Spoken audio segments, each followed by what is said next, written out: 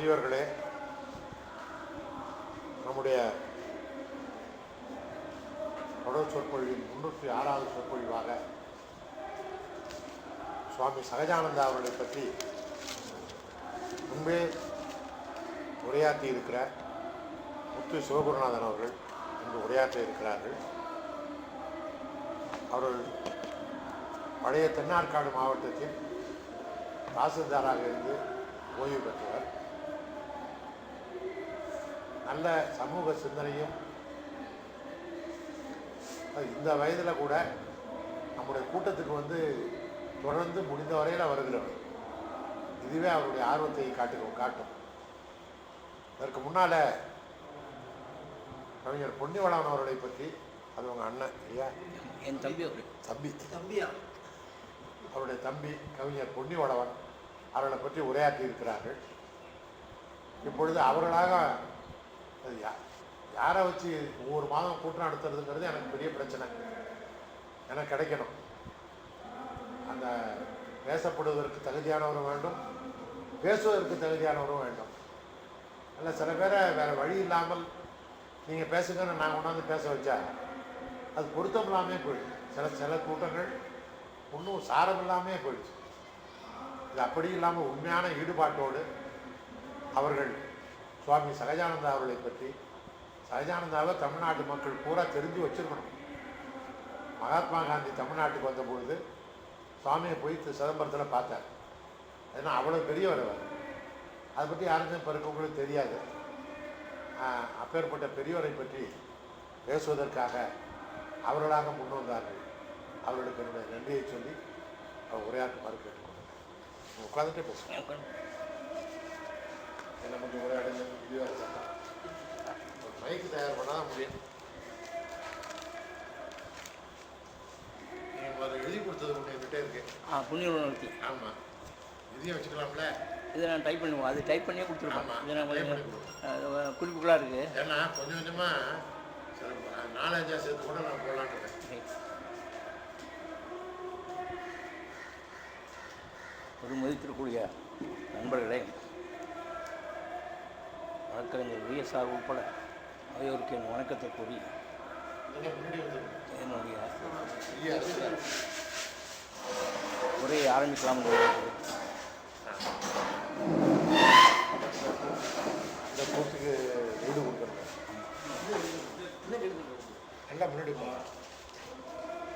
வக்கீல் அவர்கள் ஏற்கனவே சொன்னபடி நான் 18/5/2008 அன்று நம்முடைய பாரதிய சங்கத்தினுடைய 267வது தொடர் சொற்பொழிவாக என்னுடைய அருமை தம்பியும் காலஞ்சென்றவரும் திராவிட முன்னேற்ற கட்சியில் ஆரம்ப காலத்துக்கு இறுதி மூச்சு புரிகிற வரையில் அந்த கட்சியிலே இருந்து மறைந்து வருமான மிசா கவியரசு பொன்னியவளனை பற்றி பேசினேன்.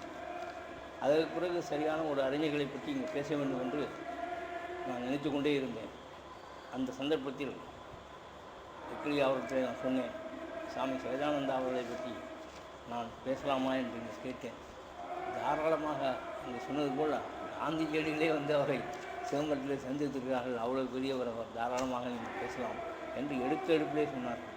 இப்பொழுதும் அதை குறிப்பிட்டார். எனவே சாமி சகஜானந்தா பற்றி உங்கள் பேருக்கு தெரியவில்லை என்பதை தெளிவாக சொன்னார்கள். நான் இன்றைக்கு ஒரு காலையில் ஒரு ஓய்வு பெற்ற டிப்டிதால் தான், யாரும் ஜாதி குறிப்புகளையும் தவறாக நினைக்கிறார்கள். அவர் ஆயுதாள சங்கத்தை சேர்ந்தவர். அவரிடமும் சாமி சகஜானந்த நண்பர் நினைக்கிறவர், அரசியல் ரீதியாகவும் பேசி கொண்டிருப்பார். அவரிடத்தில் சாமி சகஜானந்தாவை பற்றி நான் இங்கே பேசுவதாக இருக்கிறேன். யார் சாமி சகஜானந்தா? எனக்கு தூக்குவாரி போட்டது. அவர் விவரம் தெரிந்தவராக நான் நினைத்து கொண்டிருக்கிறேன். என் நண்பர் மிகச்சரியாக சொன்னார்கள். நிறைய பேருக்கு தெரியாது.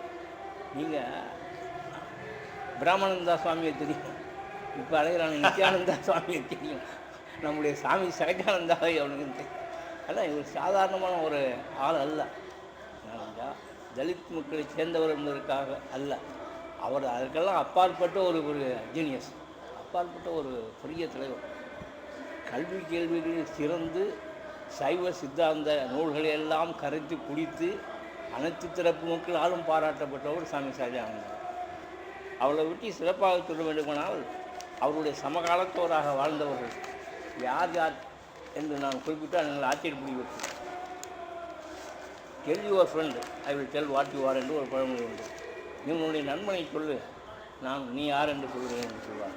அதே போல் சாமி சகஜானந்தாவை பற்றி அவருடைய சமகாலத்தோராக வாழ்ந்தவர்கள் கண்டெம்பரரிஸ் சொல்வார்கள். வாழ்ந்தவர்கள் பெரிய அறிஞர்கள், சாதாரண ஆள்கள், அவர்களெல்லாம் சாமி சகஜானந்தா அவர்கள் பாராட்டிட்டார். அந்த பட்டியலை நான் சொல்கிறேன், நீங்கள் அதை கவனித்தால் சகஜானந்தா எப்பேற்பட்டவர்கள் உங்களுக்கு புரியும். டாக்டர் உவே சாமிநாதன், டாக்டர் நாவலர் சோமசுந்தர பாரதி, பண்டிதமணி கதிரேசன் செட்டியார், நாவலர் நடுக்கார் நாமு வேங்கடேசன் அம்மையாட்டார், கா சுப்பிரமணிய பிள்ளை, திருவிக்கா, வாவு சிம்மரன், இவர்களாலெல்லாம் பாராட்டப்பட்டவர் என்னுடைய இன்றைய பாட்டுடைய தலைவனாகிய சகஜானந்தா அவர். எப்பேற்பட்ட அறிஞர் இவர் இல்லாமல் நான் சொல்லியெல்லாம் மகாபெரியவர்கள். அந்த பெரியவர்களாலேயே பாராட்டப்பட்டவர்னு சொன்னால் சகஜானந்தா அவர்களுக்கு எவ்வளோ பெரியவராக இருக்க வேண்டும் என்று நீங்களே சிந்தித்து பார்த்துக்கொள்ளுங்கள். அப்படிப்பட்டவரை இங்கே இந்த தமிழ்நாட்டில் சரியாக தெரியவில்லை. ஏனென்றால் அவர்கள் அர்ஜுன் அப்லிஃப்ட், அவருடைய சிந்தனையில் தான் தீண்டாமை ஒழிப்பு, அந்த தாழ்த்தப்பட்ட மக்களுடைய முன்னேற்றம், ரெண்டு தான் அவருக்கு சிந்தனை, வேறு எதுவும் கிடையாது.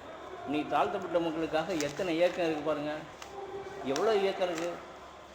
நம்முடைய இவர் இளைய பெருமாள் அவர்கள், அவர் எனக்கு அறிமுகமானவர் என்றால் அவர் அறிமுகமானவர் மட்டும் இல்லை, நான் அவருக்கு அறிமுகமானவன், என்னையும் அவர் நன்றாக தெரிந்தவர் அந்த அளவிற்கு. ஏன்னால் அந்த நந்தனார் கல்விக் கழகத்தில் எல்லாரும் கொஞ்சம் நாளைக்கு அந்த பள்ளிக்கூடத்தில் ரைட்டராக அதில் ஸ்கூலில் கிளார்க்கும்பாங்க, ரைட்டர்ம்பாங்க, பணியாற்றக்கூடிய வாய்ப்பு நம்ம இல்லை. அதே ஒரு சுவாரஸ்யமான செய்தி. அப்படி சொல்கிறேன். அப்போ இருக்கும்போது அவர் நந்தனார் கல்விக் கழகத்திலலாம் அவர் தலைவராக பின்னாடி சாமி சகஜானந்தா அவர் காலத்துக்கு பின்னாடி நந்தனார் கல்விக் கழகத்தில் சாமி சகஜானந்தா அவர்கள் நிறுவிய நந்தனார் கல்விக் கழகத்தின் தலைவராக இளைய பெருமாள் இருந்தார். அவர்கள் 3 தடவை அசைக்க முடியாத எம்பியாக பொதுமக்களிடத்திலிருந்து வெற்றி பெற்று வந்தவர். 2 முறை சிதம்பரம் தனி தொகுதியிலும் எப்போ பார்த்தாலும் இருந்தாலும் ஜெயிச்சுட்டு அங்கே டெல்லியில் ராமதாஸ் பாஸ்வான் எப்படி இருந்தாரோ அது மாதிரி ஒரு டாமினேட் பண்ணியிருந்தார் அறிஞர்களுக்காக. ஆதிவிட மக்கள் உரத்த குரலுக்கு பேசக்கூடியவர் செயல் வீரர் இளைய பெருமாள், சாதாரண ஆள் அல்ல. அவர் காட்டு மன்னாருடைய இறங்கி நடந்தால் ஒரு 100 பேர் பின்னி நடப்பான் அந்த காலத்தில். ஆச்சரியமாக இருக்கும். அவரை அவருடைய தீவிரவாத போக்கை அடக்கி பக்குவப்படுத்தியவர் சாமி சகஜானந்தா. ஏனென்றால் அவர் ரொம்ப தீவிரமாக அந்த தீண்டாமையை பற்றி ரொம்ப கடுமையாக அவர் இளைய பெருமாள் செய்து கொண்டிருந்தார். அவருக்கு கோபம் வந்துடுச்சு, நம்ம மக்களை இப்படிலாம் இழிவுபடுத்துகிறாங்க, பறையளிக்காத, இனிமேல் பண்ணையம் செய்யாத, நாற்று நடாத, எவனுக்கும் அறுக்க போகலைன்னா யாருக்கு நஷ்டம். இவ்வளவு கோபமாக அவர் இருக்கும்போது சகஜானந்தா அவர்கள் தான் இதெல்லாம் தவறு தம்பி, இந்த தீவிர வழியெல்லாம் வைத்து கொள்ளாத, மக்களிடம் நம் தொண்டை செய்து கொண்டே இருந்தால் மக்கள் நம்பக்கம் வந்து விடுவார்கள், நிலைமையெல்லாம் மாறும், காலம் மாறும், பொறுமையாகத்தான் காரியங்களை செய்ய வேண்டும் என்று சொன்னவர்கள். சிதம்பரத்தில் நான் 60 நினைக்கிறேன். 60 இருக்கும்போதெல்லாம் அந்த பாலமான ஆறு அந்த பக்கம் ஆறு ஒன்று போகும். சிதம்பரத்தில் ஊருக்குள்ளே போய் ரயில்வே ஸ்டேஷன் இறங்கி போனோம்னா பாலமான ஆறு என்ற ஒரு ஆறு போகும். அதை தாண்டி தான் நம்ம ஊருக்குள்ளே போகணும். நாங்கள் காலை கடன்களுக்கு அப்படி வரும்போது இப்போ எல்லாம் பேச்சுலராக இருக்கும்போது அப்படி வரும்போது பார்த்திங்கன்னா அந்த ஆற்றுல தலை மட்டும் தனியாக போகும்,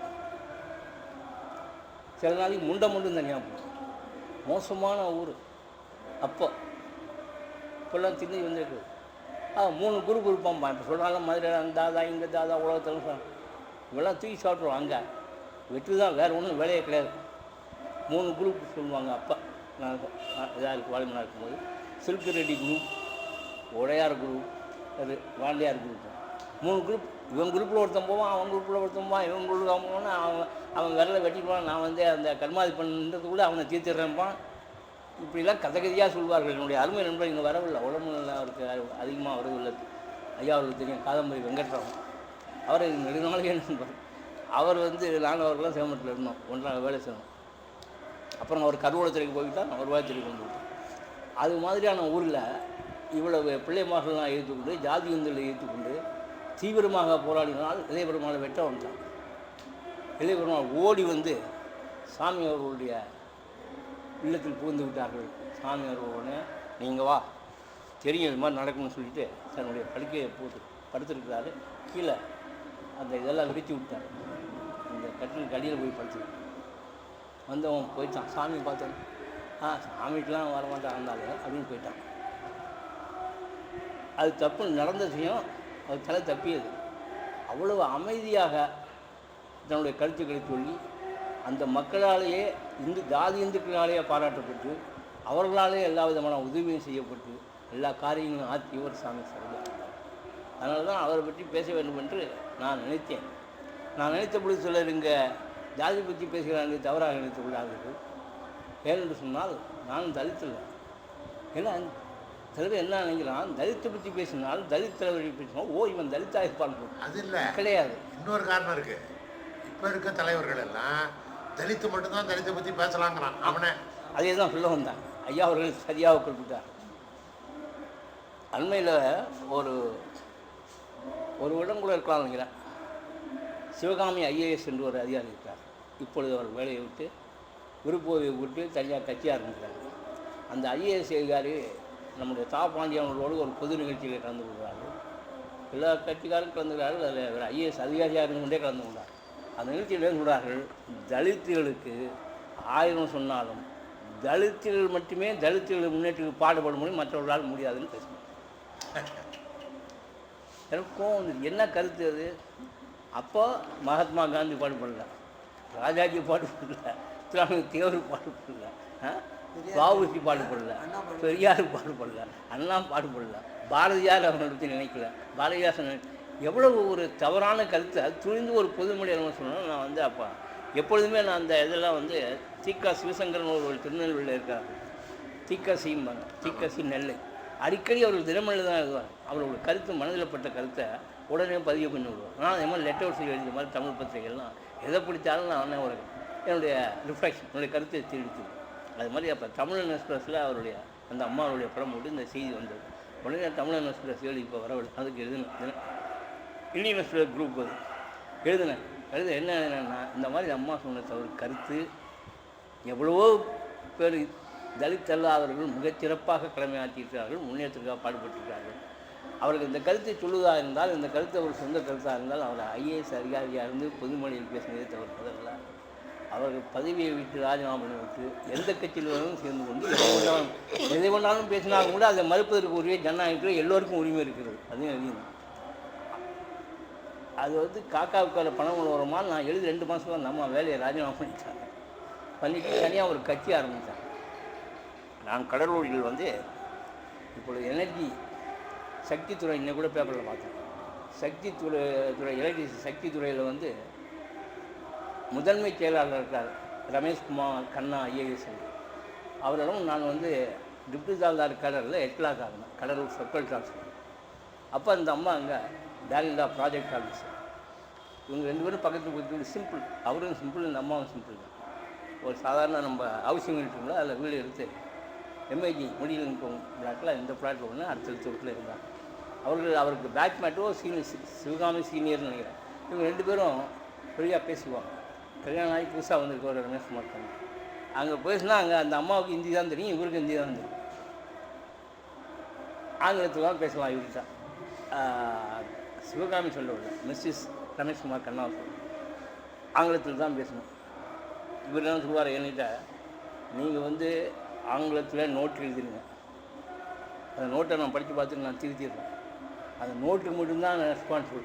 அதுக்கப்புறம் நம்ம ப்ரொசீடிங்ஸ் எழுதுறோம், நடைமுறை சொல்லணும் எழுதுகிறோம் பாருங்க, அது தமிழில் எழுதணும், தமிழில் எழுதி வரும் டைப், அதுக்கு நீ தான் ரெஸ்பான்சிபிள்.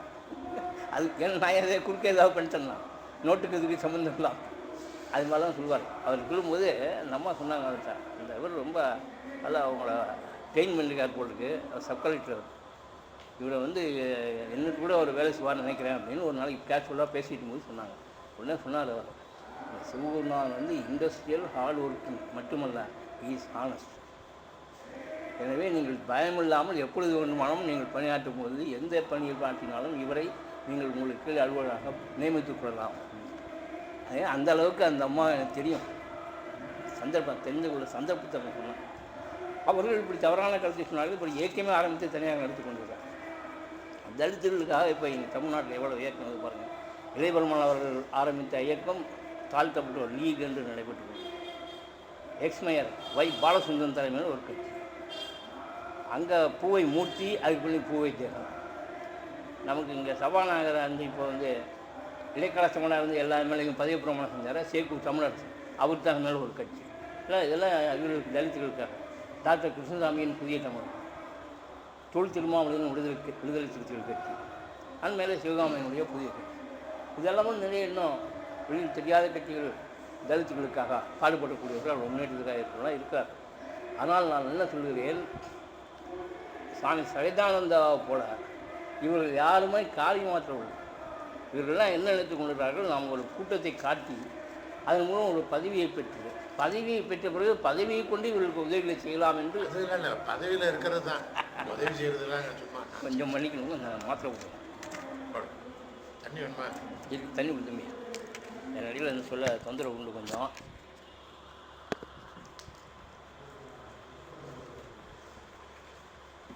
ஒருத்தரும் செய்யறதுக்காகவே வரல, பதவிக்காக தான் எல்லா சத்தமுமே.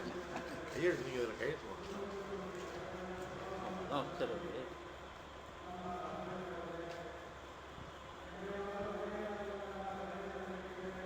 நான் இப்போ சத்தம் போட்டுக்கிட்டு இருந்தாலும் தான்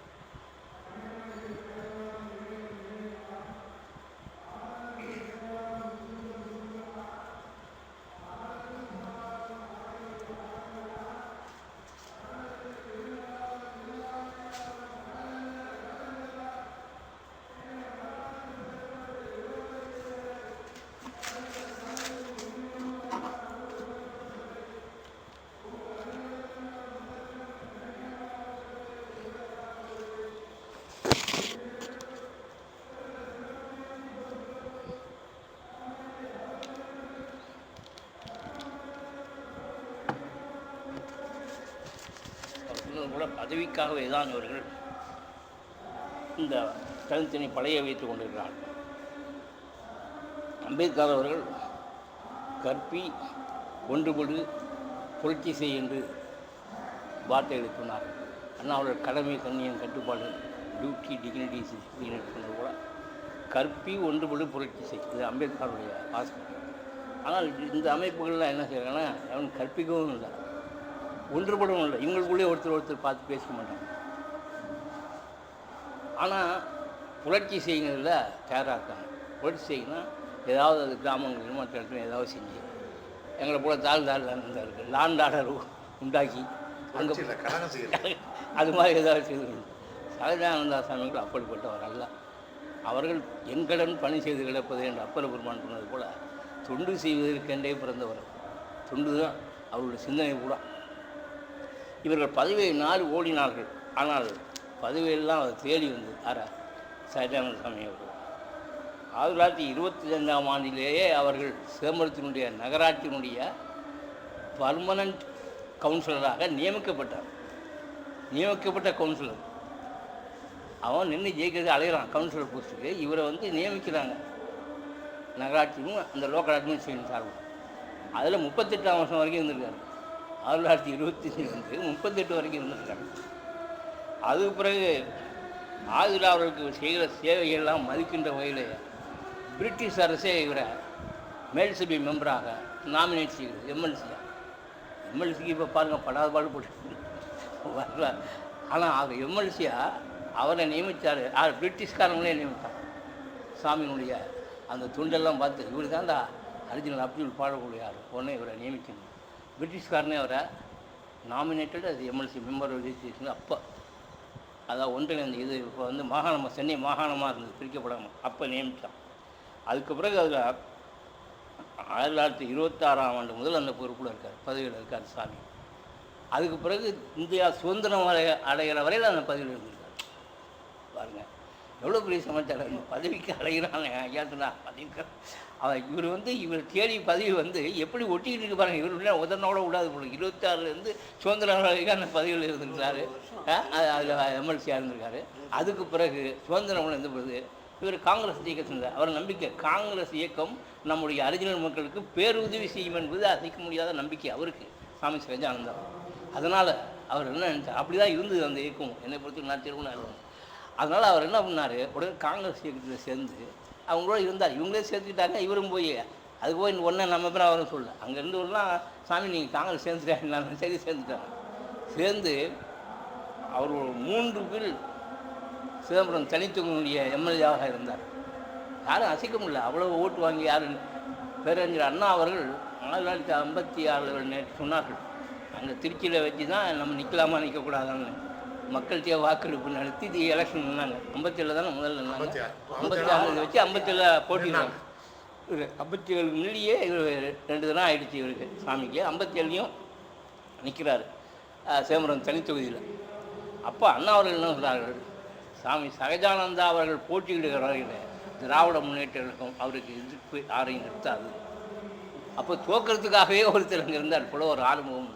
எனக்கு ரொம்ப என் தம்பி என்னோடய இருந்ததுனால புண்ணியம் போல ஒரு ஆளுமுகம்னா ரொம்ப எனக்கு பழக்கமான பெரியவர், ரொம்ப அருமையான நண்பர். அவர் காலமாகிட்டார்.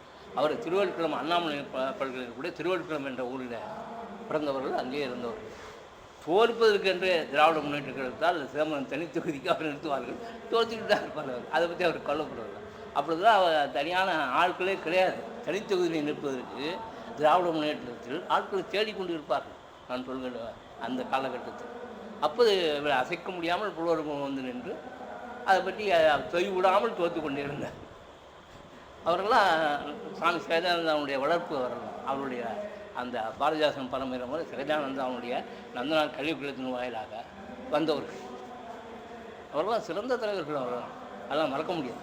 எந்த விதமான எதிர்பார்ப்பும் இல்லாமல் திராவிட முன்னேற்ற கழகத்தில் இருந்து மறந்த பெரியவர் அவர் புலவர் ஆளுமுகம். அவரை விட்டுலாம் நம்ம நினைக்காமல் இருக்க முடியல. அதனால் சாமி சகஜானந்தா அவர்களால் அவனுடைய கல்விக்கூடத்தில் பயன்பெற்று யார் யார் வந்தார்கள்னு சொன்னால் நீங்கள் அதை இன்னும் ஆச்சரியப்படுவீங்க. அது ஒரு பெரிய விஷயம். நிறைய பேர் அவருடைய கல்விக்கூடத்தில் பயின்று கல்வி கழகத்தில் பயின்று அதன் மூலம் பெரிய மனுஷனாகி நிறையா ஆள் வெளியில் வந்திருக்காங்க. அப்படிப்பட்ட ஆள்லாம் நீங்கள் பார்த்தீங்கன்னாக்கா அவங்களாம் எப்படி இவர் கூட சாமி தயாரித்தார், அவர்களெல்லாம் எப்படி பண்படுத்தி பக்குவப்படுத்தி கொண்டு வந்தாருன்னு நினச்சா நமக்கே ஆச்சரியமாக இருக்குது.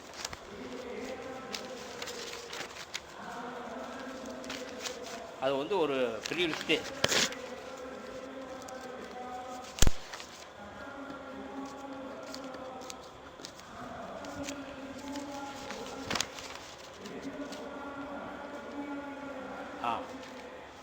அவர்கிட்ட இந்த கல்விக் கழகத்திலேருந்து அவர் உடனே இருந்து அவரோடு துண்டு மாற்றி கல்வியும் பயின்று அவருடைய அந்த பள்ளிக்கூடத்திலே அதிலேயே அந்த விடுதியெல்லாம் அவரே சுவாமி அவர்களே ஆதி திராவிட மக்களுக்காக இலவசமாக நடத்தினார். வெளியிலேருந்தான் நேர்ந்து கட்டி அவர் சொந்த முயற்சியின் காரணமாக அந்த விடுதியில் வார்டனாக இருந்து அந்த பள்ளிக்கூடத்தில் ஆசிரியராக இருந்து பணியாற்றி பிறகு வெளியில் வந்தவர். நான் படிக்கிற அந்த நபர்களை பார்த்தால் நீங்கள் ஆச்சரியப்படுவீர்கள்.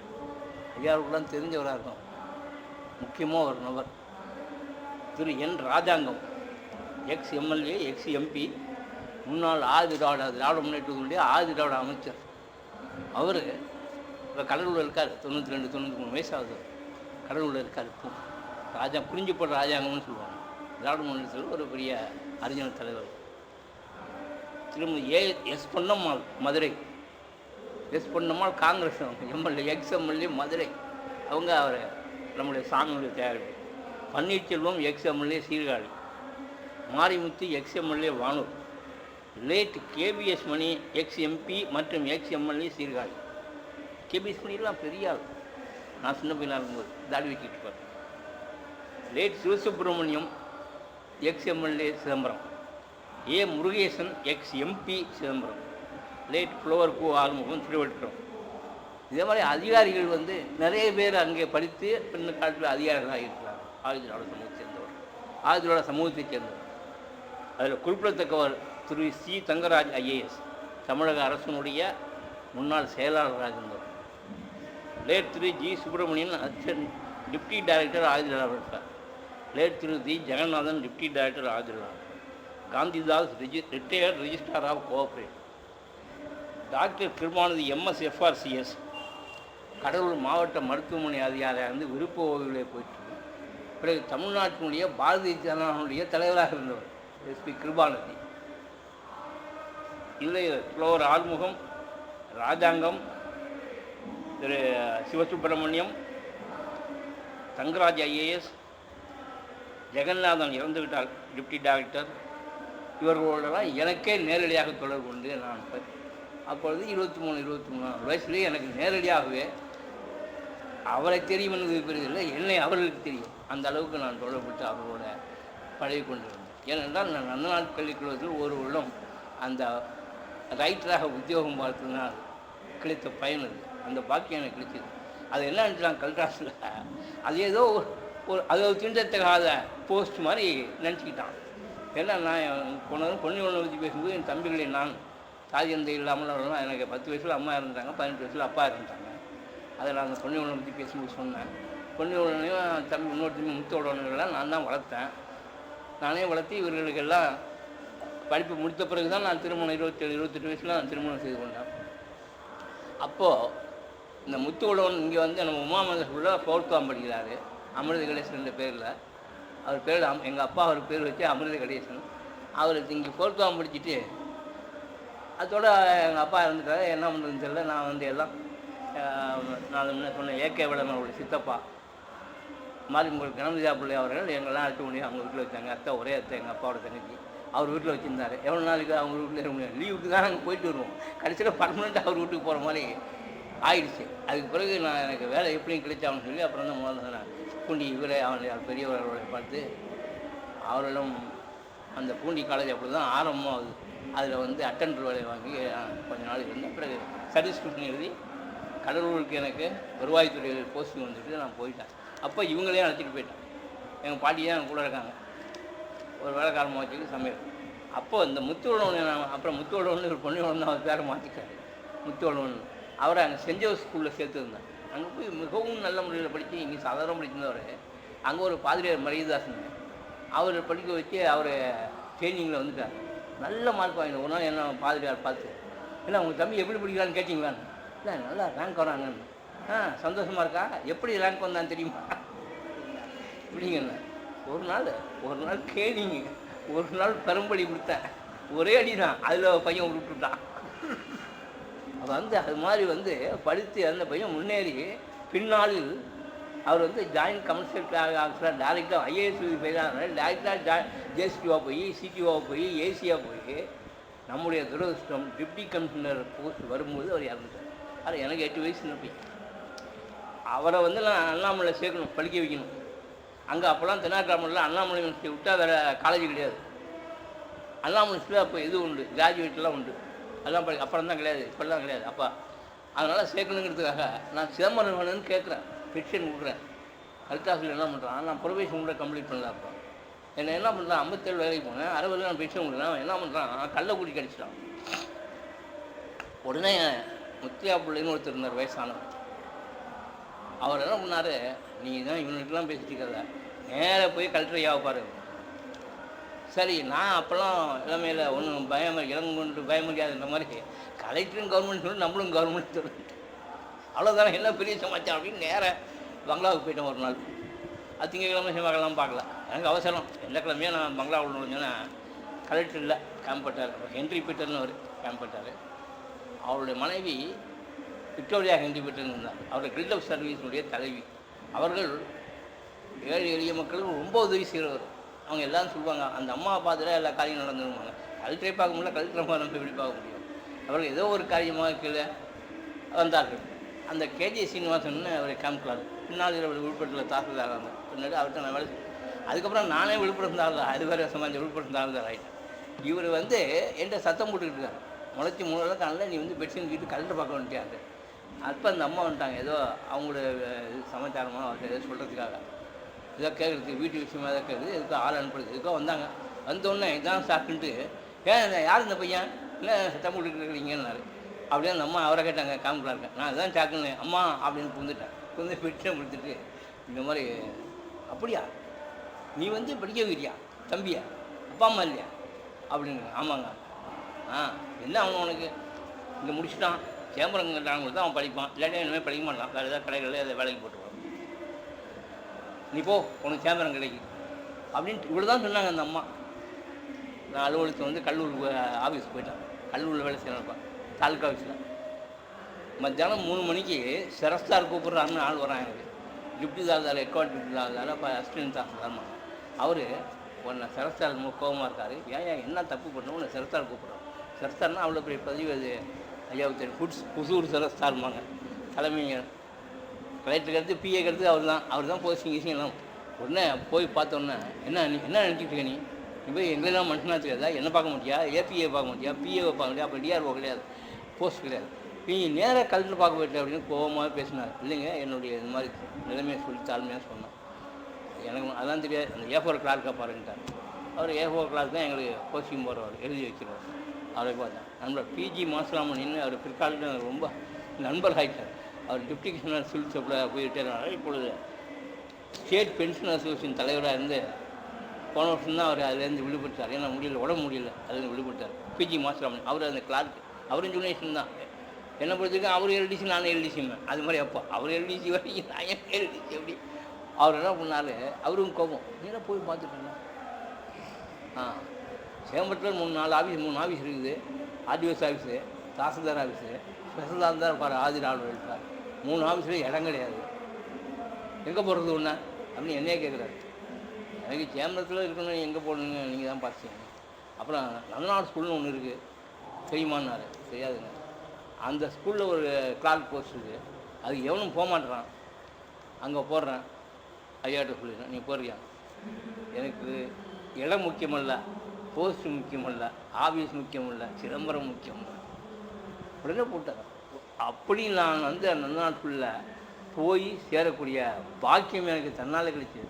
அப்போ தான் நான் சாமியை பற்றியும் மற்றவர்களை பற்றியும், சாமி வந்து சாதாரணமாக இல்லை, எல்லாம் அந்த ஸ்கூல்லெல்லாம் ஆயுதிராவிட ஸ்கூலில் ஆயுதிராவிடவே வேலை செய்வார். அங்கேயே படித்து அங்கேயே இருக்கோம், அங்கேயே வேலை செய்வாங்க, எல்லாம் செய்வாங்க. எல்லோரும் அவங்க அங்கேயே உதவி பெறாங்க, அங்கேயே சம்பளம் வருது. இப்படிலாம் நடத்திட்டு இருக்கிற இடத்துல என்ன பண்ணுவாங்க, சாமி இவர்களே சொல்லிக் கொடுத்து இவர்களே பண்ணோட சிறந்த ஆசிரியர்கள், பெரிய ஆளுன்னு சொல்கிறாங்க பாருங்கள் சேமத்திலே, அந்த மாதிரி ஆசிரியர்கள் நம்ம கொண்டு போகணும் அப்படின்னு அவர் சிந்தனை பாருங்கள்.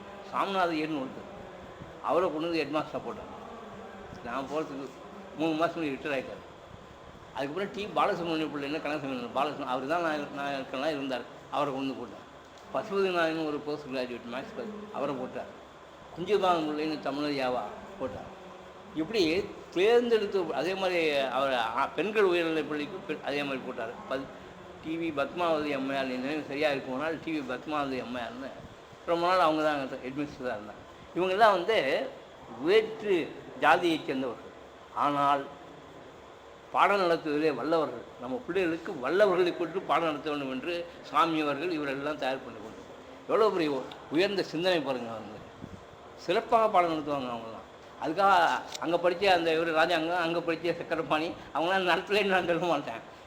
மிகவும் உயர்வாக நடத்துறதுக்கு ஆள் வேணும்னு அப்படிலாம் கொண்டு வந்து போட்டு சாமி சிந்திச்சு இவங்கெல்லாம் கொண்டு வந்து போட்டு அவ்வளோ சிறப்பாக அந்த பள்ளிக்கூடத்தை, அதாவது பெண்களுக்கு ஒரு பள்ளிக்கூடம், ஆண்களுக்கு ஒரு பள்ளிக்கூடம், பெண்களுக்கு ஒரு தனியாக விடுதி அந்த பள்ளிக்கூடத்தோடு, ஆண்களுக்கு ஒரு விடுதி, இதெல்லாம் இவருடைய சொந்த செல்வம்னா ஸ்டார்ட் பண்ண மாதிரி திரட்டி நிதி திரட்டி அவருடைய சொந்த முயற்சி நிதி திரட்டி இந்த நடத்தி கொண்டு இருந்தாங்க. முதல்ல 50 பிள்ளை வச்சுருந்தாங்க, அப்புறம் 25 பிள்ளை, 75 பிள்ளை, 100 பிள்ளைன்னு ஆச்சு. அதுக்கப்புறம் போக இவரால் எங்கே மேனேஜ் பண்ண முடியல இவருக்கு. அப்புறம் தான் வந்து கவர்மெண்ட் எடுத்து அதுக்கப்புறம் வந்து பிரிவி வராங்க. அவர்கள் வந்து நிதி திரட்ட முடியாத பொழுது முதல்ல பட்டா தாழ்ந்தார் இருந்தவங்க, நல்லா பட்டா கொடுக்குறது பற்றியும் பட்டா வாங்குறது பற்றியும் அவங்களுக்கு நல்லா தெரியும். பட்டா அவள் எழுதியில் என் தாழ்காலெலாம் கொடுத்துட மாட்டாங்க, பட்டா ஜனங்களும் வாங்கிட முடியாது, இன்னும் பட்டா வாங்குறது அடைகிறாங்க, பட்டா நடத்துறதுக்கு முகாம் நடத்துகிறாங்க, ஜமாமந்தியில் கொடுக்குறாங்க, இதெல்லாம் உங்களுக்கு தெரியும். பட்டா அவங்க காலத்துக்கு பட்டா வாங்குறதுக்கு இவ்வளோ பிரச்சனைலாம் நடந்திருக்கும் போது சாமி அவர்களுக்கு சர்க்காரில் வந்து அந்த நந்தநாள் இதை நடத்தி கல்விக்கூடம் நடத்துறதுக்கு ஒரு இடம் கொடுத்தாங்க. அந்த இடத்துக்கு பட்டா கிடைக்கல அதுக்கு ஜெகஜானந்த சாமி. அதனால் என்ன பண்ணாங்க, இவர் அந்த பட்டா எப்படி வாங்கினது பல தாழ்தாட்டம் நடந்துட்டார். சாமி நடந்து பார்த்து முடியல. அதுக்கப்புறம் தமிழ் அபிமானியாக தமிழ் மீது பற்று கொண்டவராக ஒரு தாசில்தார் எங்களை சேர்ந்தார். அந்த தாலுக்கா சேம்பரம் தாசில்தாராக வந்த பொழுது அவரதே சொன்னாங்க. அவருக்கு தமிழில் ரொம்ப ஈடுபாடு உள்ளவர். சாமி உங்களை பற்றி கூட கேள்விப்பட்டு தான் பற்றி பாருங்க, நீங்கள் போய் நேராக பாருங்கள். அதான் பல பேரை பார்த்துட்டுன்னு இது மாதிரி அவரையும் போய் ராமசாமி பிள்ளைன்னு இருக்கு அந்த சேம்பரம் தாசில்தார், அவரை போய் சாமி அவர்கள் பார்க்கும்போது சுண்டு சீட்டி கோவி மாதிரி எழுதி கொடுக்குறாரு. அதை படிக்க பாருங்கள். நீர் பூத்த தில்லை சிதம்பரத்து தாசில் எனும் பேர் வாய்த்த காமல் பெருந்தகையே, பால் பூத்த சீதை குழுநன் சிறப்பு பெயருடைய ஆதரவே எங்களுக்கு அருள். இது மாதிரி ஒரு கவிதை எழுதி உங்களுடைய ஆதரவு ஐயா நீங்கள் எனக்கு அருள்னு சொல்லி கவிதை மூலமாக அந்த தாசில்தார் கொடுத்தோன்னா அவர் தமிழ் அபிமானி, அவங்க தமிழ் பற்றுள்ளவராக இருந்தனால அதை படிச்சுட்டு இவ்வளோ பெரிய ஆள் வந்து இந்த பட்டாவுக்கு அலைஞ்சிருக்கான்னு சொல்லிட்டு கேட்டுட்டு அது பட்டாக்குழுகளில் புஞ்சத்தெரிசு, நஞ்சத்தெரிசு, புறம்போக்கில் வந்து எல்லாம் இருக்குது. ஏரி புறம்போக்கில் புஞ்சத்தெரிசு என்றால் தாசில்தாரே அவரே கொடுத்து விடலாம், அவருடைய அந்த அதிகாரத்துக்கு உட்பட்டு. ஆனால் அது என்ன வகைப்பாடு இருந்தது, சம்மந்தப்பட்ட அலுவலர்கள் எல்லாம் கூப்பிட்டு கோப்பை எடுத்துகிட்டு சொல்லி பார்த்து அது புஞ்சத்தெரிசு என்று ரொம்ப எளிதாக போயிட்டுருந்ததுன்னு உடனே தயார் பண்ண சொல்லி சாமி ஒரு மணி நேரம் உட்கார சொல்லிவிட்டு அவருக்கு காப்பி சொன்னால் காப்பி சாப்பிட மாட்டார். ஒன்றும் வேண்டியில்லைன்னு சொல்லி உட்காந்துருக்காரு. ஒன்று 1 மணி நேரத்தில் பட்டா தயார் பண்ணி கையிலே கொடுத்து அவர்களுடைய அனுப்பி வைத்ததை சுவாமி அவருடைய ஒரு கட்டுரையில் அது மிக சிறப்பாக இருக்கிறது. அந்த தாசில்தார் அவர் பட்டா கொடுத்து அனுப்புறதை ரொம்ப சிறப்பாக இருக்கிறது. அது பாருங்கள், அந்த தமிழுக்கு அங்கே கிடைத்த மரியாதை எவ்வளோ மரியாதை தாசில்தார்கிட்ட. அவர் தமிழ் அபிமானம் இருந்ததுனால அந்த காலத்தில் இங்கிலீஷ் தான், இப்போயும் இங்கிலீஷ் தான் நிறையா இருக்குது. ஆனால் தமிழ் வந்து அப்போ அவருக்கு அபிமானம் இருந்து அந்த மாதிரி அது மாதிரிலாம் அவர் என்ன உள்ளும் வகையான் செல்லும் வாயெல்லாம் செயல்னு திருக்குறள் வரும். இயன்றதெல்லாம் இயன்ற பொழுதுலாம் செய்யணும் வரும். அது மாதிரி இயன்ற பொழுது என்னென்ன செய்ய முடியுமோ அதெல்லாம் சாமி தன்னுடைய கல்வி கழகத்துக்காக செஞ்சார். அந்த பட்டா வாங்கி அந்த இடத்துல அந்த ஆரம்பிச்சு அது பள்ளிக்கூடத்தில் நந்தனார் கல்வி கழகம்னு ஒன்று வச்சு, நந்தனார் மடம்னு ஒன்று வச்சு, அங்கே சேமரில் நந்தனாரே உள்ள அது தெரியாமல் உங்களுக்கு தெரியும் அந்த கதை, நந்தி வழிமொழிச்சது. அதனால தான் திருநாளை போவார் நாயனார்னு ஒரு பேர் நந்தனார். அவர் சாமி என்ன பண்ணார், அங்கே ஆருத்ரா தரிசனம்னு சேமத்தில் மார்கழி மாதம் திருவாதிரை நடக்கும். அதுதான் ரொம்ப மிக சிறப்பான ஒரு உற்சவம். அப்புறம் ஆணி திருமஞ்சம் 2 உற்சவம் நடக்கும். அந்த நிறைய தினம் நான் அந்த தரிசனத்தை போய் பார்த்துருக்கேன். அந்த தரிசனத்தை வந்து சுவாமி ஆடிக்கிட்டே கொண்டு வருவாங்க. அதை அந்த தரிசனத்துக்கு வந்து கோயிலே விட மாட்டான். அந்த தரிசனத்தை எங்கே பார்க்குறது, ஆயுதோட மக்கள் அவங்கள கோயிலில் விட மாட்டான். அவன் போய் எப்படி நடராஜனுடைய தரிசனத்தை பார்க்க முடியும்? இல்லை சாமி என்ன பண்ணார், இவங்கெல்லாம் இப்படி பண்ணிகிட்டு இருக்கான்ட்டு அவர் கிடைச்ச அந்த இடம் இருக்குது பாருங்கள். அந்த இடத்துல ஓமக்குளம்னு அந்த இடத்துல வந்து நந்தனார் அவர்கள் வந்து அங்கே வந்து ஓம வளத்தை எதிர்த்து அதில் இறந்துட்டார், அவர் உயிரை விட்டார்னு ஒரு செவிவழி செய்தி. அந்த இடத்துல போய் இவர் ஆசிரமத்தை அமைச்சார். நந்தனார் கல்வி கழகத்தை அமைச்சு அந்த இடத்துல அமைச்சதுனால அங்கே ஒரு கோயிலையும் கட்டினார். சுலோகநாதர் கோயில்னு ஒரு கோயிலை கட்டி வருஷம் ஆச்சு. இங்கே நடக்கும்டா எது அங்கே நடக்குது பாரு, அதே நேரத்தில் இங்கே சுவாமியினுடைய தரிசனம் நடக்கும். நம்ம ஆள்லாம் வந்து கோயிலில் தரிசனம் பண்ணுறாங்க. உடனே எல்லா மக்களும் அங்கே போக ஆரம்பித்தாங்க. ஆயுதவாழ் மக்கள் மட்டும் இல்லை, எல்லாரும் போக ஆரம்பித்தாங்க. இவர் சச்சிதானந்த சுவாமி கட்டிருக்கார் கோயில், அவர் கட்டிருக்கார். அந்த கோயிலுக்கு அடிக்கல் நாட்டின ஒரு ஐயா சொன்னோம் மகாத்மா காந்திஜி. மகாத்மா காந்தியடிகள் வந்து அந்த கோயிலுக்கு அடிக்கல் நாட்டி அந்த கோயிலில் இவர் தனியாக ஒரு ஆருத்ரா தரிசனம் நடத்தி தன்னுடைய மக்கள் அங்கே வரக்கூடாதுன்னு சொல்கிறான். அவன்கிட்ட ஏன் தொலை வச்சு இளையபெருமாள்னா அந்த கோயிலே உடைக்கலாம் பாரு. அவர் வேகம், இவர் விவேகம். அதனால் நம்ம ஒரு கோயிலை கட்டி நம்ம நடத்துவோம். தனியாக நடத்தி மக்கள்லாம் அங்கே கோயில் கட்டி அதில் வந்து அவ்வளோ சிறப்பாக நடத்தி கொண்டு வந்தார்கள். அது பிற்காலத்தில் தான் ஆலய பிரவேசம்லாம் வந்துருச்சு. அதெல்லாம் அதுக்கப்புறம் வந்து மதுரை வைத்தியநாத ஐயர் அவர்கள் மதுரையில் ஐயா அவர்களுக்கு தெரியும், ஹைதராபாத்தில் இருக்கா ஆலய பிரவேசம் நடத்தினார் வைத்தியநாத ஐயர் அவர். அந்த ஆலய பிரவேசம் நடத்தின பொழுது அவரோடு போய் காங்கிரஸ்லேருந்து சாமி சச்சிதானந்தா அவர்கள் கலந்து கொண்டார். அது வரலாறு. கலந்து கொண்டு வந்து விட்டார். சிதம்பரத்தில் எஜமானியும் தில்லையில் இவர்கள் ஆலய பிரவேசத்தை நடத்தினார். சச்சிதானந்த சாமி அவர்கள் ஹைதராபாத்தில் எடுத்து கொண்டு தில்லை கோயிலில் ஆலய பிரவேசம் பெரிய போலீஸ் படை நிற்கிது. ஆலய பிரவேசம் நடத்துகிறார். அப்போது கள்ளக்குறிச்சியிலேருந்து ஒரு ஐயர் அவர் வந்து ஐயா இவரோட கலந்துக்கிறார். அப்புறம் சிதம்பரத்தில் தீட்சிதர் இருப்பார், தண்டமானின்னு ஒரு தீட்சிதர், அவர் கலந்துக்கிறார். நயனியப்ப பிள்ளை, சுப்பராய பிள்ளை, இது மாதிரி பெரிய பெரிய மனிதர்கள்லாம் சாமியோட தலைமையில் அந்த இதில் போராட்டத்தில் கலந்து விசிறை சொல்கிறாங்க. அதுக்கப்புறம் அந்த கடைசியில் இப்போ ஒரு யாரோ ஒருத்தர் அடியோர் அங்கே மேலே பாடக்கூடாதுன்னு ஒரு பிரச்சனை நடந்து ஓதுவார். அந்தளவுக்கு பிரச்சனை பண்ணிக்கிட்டே இருந்தாங்க அந்த ஆளுங்க. நான் அங்கே இருந்ததுனால கிட்டத்தட்ட 2-3 ஸ்பெல் நான் அங்கே இருக்கேன். சேம்பரில் வந்து ஜூனியர் சென்ட்டாக இருந்திருக்கேன், அசிஸ்டண்ட்டாக இருந்தேன். அதுக்கப்புறம் டிப்டி தாதார் தான் இல்லை, தாசில்தாராக இருந்தேன். ஸ்பெஷல் தாசில்தார் ராஜலோடு இருப்பார். அப்புறம் சேம்பரத்துலேயே பையன் வந்திருக்காங்க, பிஇ படிக்கணுங்கிறதுக்காக சேம்பரத்துலேயே இருப்பேன். நான் எங்கேயாவது வெளியூரில் வேலை இருந்தேன் உடனே உங்களுக்கு எப்படி தாலுக்கா சேம்பரத்தில் வந்து அதுவும் ரெவன்யூ டிபார்ட்மெண்ட் ஒரு வருஷத்துக்கு மேலே வைப்பானா, வைக்க மாட்டான். ஆனால் நான் ஒருக்காக அங்கே சேம்பரத்தில் என் மகன் அங்கே பிஇ படிக்கணும் அண்ணாமலைங்கிறதுக்காக. இப்போ அவரை இன்ட்ரோடியூஸ் புகழேந்தி என்னுடைய பையன். அவர் அண்ணாமலை பிஇ படித்தார். அதுக்கப்புறம் பிஇ படித்தனால அவர் சிறப்பாக படித்தனால அவரை வந்து கேட்டுன்னு சொல்கிற graduate aptitude test of engineering அதை பாஸ் பண்ணார். அதனால் எனக்கு வந்து என்ன சொல்கிறேன், நான் நேர்மையாக நடந்த காரணத்தினால பெருமைக்காக பேசவில்லை. அதனால் அதனால் என்னுடைய பிள்ளை ஒரு பையன் ஒரு பொண்ணு தான். அவர்கள் தானாக ஒரு பையனுக்கோ பொண்ணுக்கோ அவங்களுக்காக படிப்புக்காகவோ உத்தியோகத்துக்காக ஒரு பைசா நான் செலவிட வேண்டிய சூழ்நிலை எனக்கு ஏற்படவில்லை. காரணம் நான் நடந்ததால் நீ எப்படி நடக்கிறாயோ அப்படியே நடத்தப்படுவாயின்னு பைபிள் வாசம். அதனால் எனக்கு அப்படி படித்தாலே அவர் எம்இ படிக்கும்போது படிக்கணுன்னாரு. ஏன் அண்ணாமலே படிச்சு எதுக்கு நான் இங்கேயே படிக்கணும், அதுக்கு வந்து 1500 முதல்ல இது கொடுக்குறோம், ஸ்டைஃபன் கொடுக்குறோம், நான் வெளியில் போய் படிக்கிறேன். சரியே படிங்க, எங்கே படிக்கணும், எங்கே வேணாலும் சீட்டு கிடைக்கும், நான் கேட் பாஸ் பண்ணுவேன். ஃப்ளைட் கோயம்புத்தூர் போய் படிக்கிறனால பிஹெச்டியில் படித்தார். பிஹெச்டியில் படிச்சிருந்தோன்னா அங்கே ஹாஸ்டலில் அவங்க சென்ட்ரல் கவர்மெண்ட்டு மனித வள மேம்பாட்டுத்துறைன்னு சொல்லுவாங்க, அதுலேருந்து பணம் அனுப்புவோம், காலேஜுக்கு அனுப்புவோம். அவங்க வந்து ஹாஸ்டல் ஃபீஸு புக்கு அதெல்லாம் எடுத்துகிட்டு கையில் காசு கொடுத்துருவோம். அதில் மிச்சம் பண்ணி என் பையன் கொண்டுருவான் இல்லை. அதுக்கு பிறகு படித்து அதுக்கு பிறகு ஐஐடியில் டாக்டரேட் பண்ணி இப்போ வந்து நம்ம சண்முகாஸ்கோ காலேஜ், அது வந்து சாஸ்திரா யூனிவர்சிட்டி, அதில் வந்து மெக்கானிக்கல் இன்ஜினியரில் டீனாக இருக்கார். இது இயற்கையாக எனக்கு அமைந்தது, கடவுள் கொடுத்த வரம்னே நான் நினைக்கிறது. ஏன்னா நம்ம வந்து கூடுமான வரையில் உதவி செய்துகிட்டே இருந்தோம். பிறந்தநாளுக்கு ஒரு வார்த்தை உண்டு, நல்லது செய்த ஆத்தியராயினும் அல்லது செய்தல் ஊம்பும். புறநானூற்றில் நம்ம எல்லாம் படித்து புறநானூற்றுக்கு கவிதையெல்லாம் எழுதி உரை எழுதி அதுக்கு தனியாக புதிய புறநானூறுலாம் எழுதியிருக்கோம். ஆனால் நல்லது நிறைய செஞ்சுருக்கோம், அல்லது நிறைய செஞ்சதுனால ஆபத்து ஏற்பட்டுருச்சு பின்னாடி, அது வேறு விஷயம். அதனால் அது மாதிரி கூடுமானதுக்கு கெட்ட செய்யாமல் இருந்தால் போதும், நல்லது செய்யறதுக்கு நம்மளால் முடியாது, அது நம்ம கையில் இல்லை. அப்படி வாழ்க்கையை வாழ்ந்தாக்கா சிதம்பரம் சாமிகள் சஜானந்த சாமி அவர்கள் அப்படி வாழ்ந்தார். அதனால் அவரை பாராட்டினவர்கள்னு சொன்னேன், அவர் மூலம் பயனடைந்தவர்கள்னு சொன்னேன். அது பிறகு ஒரு பட்டியல் இருக்குது. அந்த பட்டியல்னாக்கா அவருடைய கல்விக் கழகத்தை யார் யார் பார்வையிட்டாங்க, அவர் நடத்தினார். அந்த கல்வி சாமி இருக்கும் பொழுதே யார் யார் பார்வையிட்டாங்கன்னா அவங்க பட்டியலை சொல்கிறாங்க.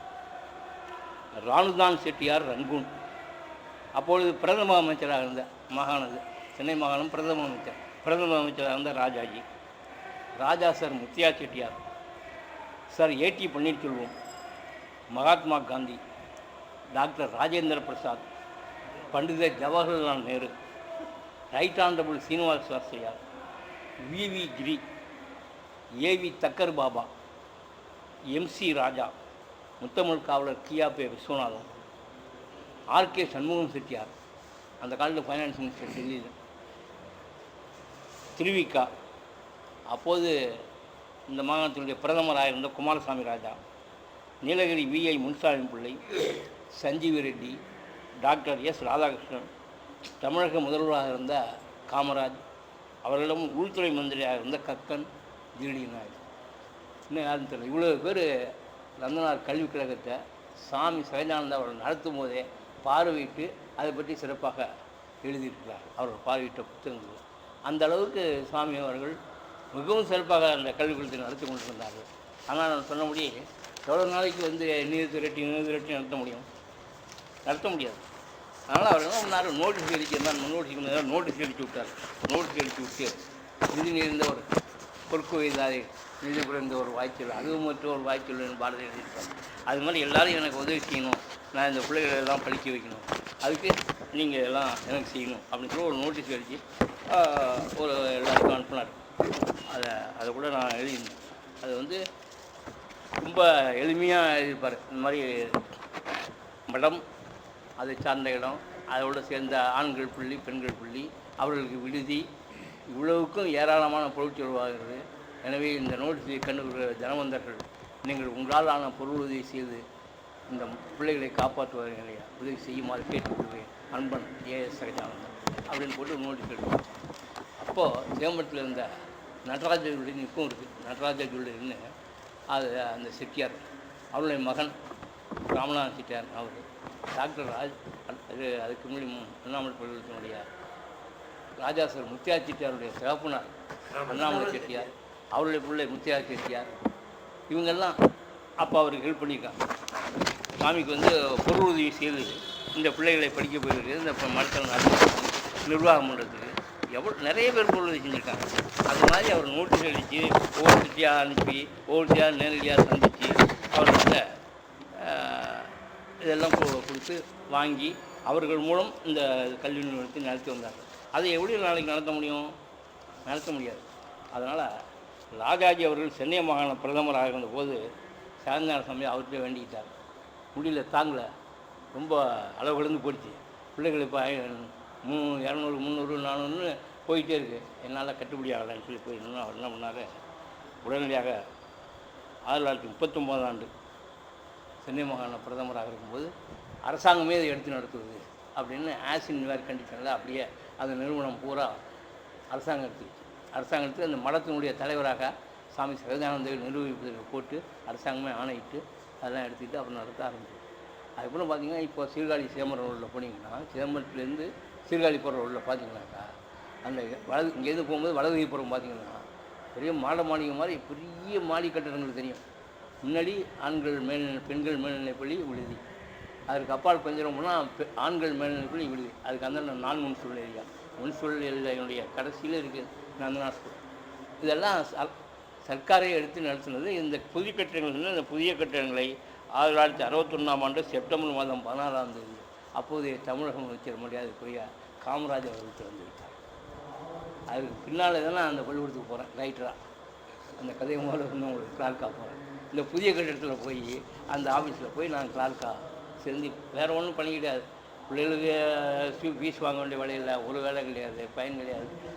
ஆசிரியர்களுக்கு சம்பளம் போடணும், சம்பள பட்டியல் தயார் பண்ணணும், அதுதான் வேலை, மெயின் வேலையே. வேறு ஒன்றும் வேலை கிடையாது. ஸ்டேஷனரியை பார்த்துக்கணும், லைப்ரரி புக்ஸ் எல்லாம் லைப்ரரியும் கிடையாது, அதையும் பார்த்துக்கணும். இதுதான் அந்த கிளார்க்குடைய வேலை. இந்த வேலையை எளிமையான வேலை தான். எங்கள் ரெவன்யூ டிபார்ட்மெண்ட் தாலுக்காஸில் வேலை செய்ய விட அது எளிமையான வேலை. ஆனால் என்ன ஆகிட்டான், தாலுக்காஸ் சார்ஜ் எப்படி இவனுக்கு கொடுக்குறது, அதனால் நல்ல நாள் சொல்லி போ அப்படின்னு நான் அவன் அப்படி அனுப்புனதே எனக்கு நல்லதாக போய் ஒரு வருஷம் எந்த புடுங்கலும் இல்லாமல் அந்த வயசில் அருமையாக அந்த பணியை செய்துட்டு, அதனால் அங்கே பெருமக்கள் பல பேர் நான் சொன்னேன், இளைய பெருமாள் பல பெருமக்களை சொன்னேன், அவங்களோட சந்திக்கக்கூடிய வாய்ப்பு அவர்களுடைய தொடர்புலாம் எனக்கு ஏற்படும். இதை சொல்லிட்டு வந்தனுடைய அவங்களுக்கு சுவாமியினுடைய இளமை வாழ்க்கையை பற்றி நான் சொல்லலை. அது ஒரு முக்கியமான சமாச்சாரம். இவர் பெற்ற இவ்வளவு பெரிய மனிதனாக மாறிய மகானாக மாறிய சுவாமி அவர்கள் இளமையில் வந்து சாதாரண ஒரு குக்கிராமத்தில் வடார்காடு மாவட்டத்தில் ஆரணியிலிருந்து காஞ்சிபுரம் போகக்கூடிய அந்த சாலையில் மேல் புதுப்பாக்கம் என்ற சிற்றூரிலே பிறந்தவர்கள். மிகவும் குக்கிராமம், அதில் பிறந்தவர். அவருடைய அப்பா வந்து அண்ணாமலை, அம்மா வந்து அலமேலம்மா, அவர்களுக்கு பிறந்தவர். அவர் இளமையிலிருந்தே முக்கியமான விஷயம் புலால் பிடிக்காது மட்டும் புலால் உண்ணக்கூடாது என்ற கொள்கையில் இருந்தார். அரிஜனப்புலியில் வந்து புலால் இல்லாமல் இருக்கிற ஒரு பையன் கிருக்கன் அப்படின்னு அவங்க அம்மா அவங்க சேர்ந்தவங்களாம் சொல்லியிருந்தாங்க. ஒரு நாளைக்கு ஒரு 7 வயசு இருக்கும்போது, இப்போ ஹோட்டல்லாம் போனோம்னா சிக்கன்லாம் ஃபேமஸ் இல்லை, காடை இருக்கும், காடை, அந்த காடையை அரிஞ்சிருந்தாங்க மதிய உணவுக்காக. அவங்க தாயார், சாமியோட தாயார், இவர் 7-8 வயசு இருக்கணும். அரிஞ்சிட்டு இருக்கும்போது பார்த்துது சாமி, என்னம்மா நீ பாட்டுக்கு எந்த விதமான உணர்ச்சியும் இல்லாமல் அதை அரிஞ்சிக்கிட்டு இருக்கிய, இந்த பக்கத்தில் பாப்பா படுத்து கிடக்கு, அது ஒரு தங்கச்சி பாப்பா படுத்து கிடக்கு, இதை எடுத்து நான் அந்த அருவாமனையில் அறியிட்டுமான்னு. அடப்பாவி அப்படின்னு அந்த அம்மா, என்னடா இப்படி கேட்குறாங்க. இல்லை அது இப்போ இவ்வளோ துள்ளுறீங்கள, அப்போ அந்த காடையினுடைய தாய், அந்த தாய்க்குழு பறவை வந்து என்ன பாடுவோம், ஏன் உங்களுக்கு தான் தெரிய மாட்டேங்குது, இதெல்லாம் போட்டு அரிஞ்சு எல்லாம் சாப்பிடணுமா அப்படின்னு அவன் கிருக்கன் அப்படின்னு ஒழிக்கிட்டாங்க. நீ சாப்பிடாடி போப்பான்னு சொல்லிவிட்டான். அதாவது ஜீவகாலஞ்சுமே மோச்ச ஊட்டியின் திறவுகோள் என்று வடலூர் அவர்கள் சொன்னதை அந்த இளமையிலேயே இவர் சாமி சகஜானந்தா அவர்கள் கடைபிடித்திருக்கிறார். அது எப்பேற்பட்ட சமாச்சாரம், அது செய்தியாக வருகிறது. கடைசி வரையில் புலால் உண்ணக்கூடாது, அதில் ரொம்ப உறுதியாக இருந்தார்கள். அதுக்கு பிறகு அவரோட ஆரம்பித்தார்கள் அந்த கல்விக்கூடங்களில் அது ஆண் விடுதியாக இருந்தாலும் பெண் விடுதியாக இருந்தாலும் சரி புலால் உணவக்கூடாது. இவர் நடத்திய வரைக்கும். அப்புறம் சர்க்கார் வந்து இப்போ முட்டை போடுறோம் அது வரைக்கும். அப்போ கிடையாது, கூடாதுன்னு சொல்லிட்டார். அதுக்கப்புறம் எதனால் நம்ம பிள்ளைங்களை மற்ற பேர் வெறுக்கிறான் அப்படியே கண்டுபிடிச்சி சுத்தமாக இருக்கணும். காலையில் எழுந்துச்சி காலைக்கிழமை முடித்து குளித்து முடித்து நெற்றியில் திருநீர் அல்லது திருநீர் போட்டுக்கிட்டு அப்படி தான் வரணும். அங்கே பள்ளிக்கூடத்துக்கு வந்து படிக்கிறதுக்கு வரணும். இந்த பிறகு முதல்ல அவர் என்ன பண்ணாருன்னா குடிமூச்சுக்கு சொன்னாராம். ஆண்களாக இருந்தால் குடிமை வைத்துக் கொள்ள வேண்டும். காலப்போக்கில் அது கிராப் ஆகிடுச்சு, அது வேறு விஷயம். குடிமூச்சுக்கு சொன்னார். இவ்வளவு கட்டுப்பாடுகள் வச்சுட்டு இருப்பாங்க. இவ்வளோ கட்டுப்பாடு வச்சு பிள்ளைகளை வளர்த்து அது பிறகு அரசுக்கு ஒப்படைத்து அரசில் வந்து அவ்வளோ பெரிய அதிகாரிகள் பெரிய ராஜாங்கம் போன்ற அமைச்சர்கள் பதவி வகிக்கக்கூடியவர்களும் அந்த பள்ளிக்கூடத்தில் தயார் பண்ணப்பட்டு வந்திருக்கிறார். இவ்வளவுக்கு அவர் மிக எளிமையாக இருந்து சில பேர் சொல்லுவார்கள், இப்பொழுது எங்கேயோ படித்தேன் இந்த மாதிரி அவர் உடல் அடக்கம் செய்யப்படுகிற வரையும் அடக்கத்தோடு வாழ்ந்தார். உடல் அடக்கம் நல்லடக்கம் செய்யப்படும் வரையில் அடக்கத்தோடைய வாழ்ந்தார். அடக்கம் என்பது அமரல் முக்கியம். அது மாதிரி அடக்கமாகவே இருந்தவர். இந்த ஆர்ப்பாட்டு போர்ப்பாட்டெலாம் கிடையாது. இதெல்லாம் பண்ணிக்கிட்டு ஐயா சொன்ன மாதிரி படையை திரட்டி காட்டுறான். இந்த படை போதுமா, இன்னும் கொஞ்சம் வேணுமா, இந்த படைக்கு எத்தனை சீட்டு தருவீங்க. அவர் அதெல்லாம் கேட்கல. அவரை நோக்கி வந்தது எல்லா சீட்டும். கடைசி வரையில் அவருடைய உயிர் போகின்ற வரையில் 59 வரையில் அவர்கள் சட்டமன்ற உறுப்பினராகவே சிதம்பரம் சட்டமன்ற உறுப்பினராகவே அவருடைய உயிர் பிரிந்தது. எவ்வளோ பெரிய வாழ்க்கை பாருங்கள். கடைசி வரைக்கும் அவர் போய் யார்ட்டையும் கேட்கல. அவரை தேடி வந்த பதவி எம்எல்ஏவே இருந்தாலே எம்எல்ஏ பண்ண அதுக்கு முன்னாடி எம்எல்ஏ இருந்தார். அந்த கதையை நான் முதல்ல சொன்னேன்.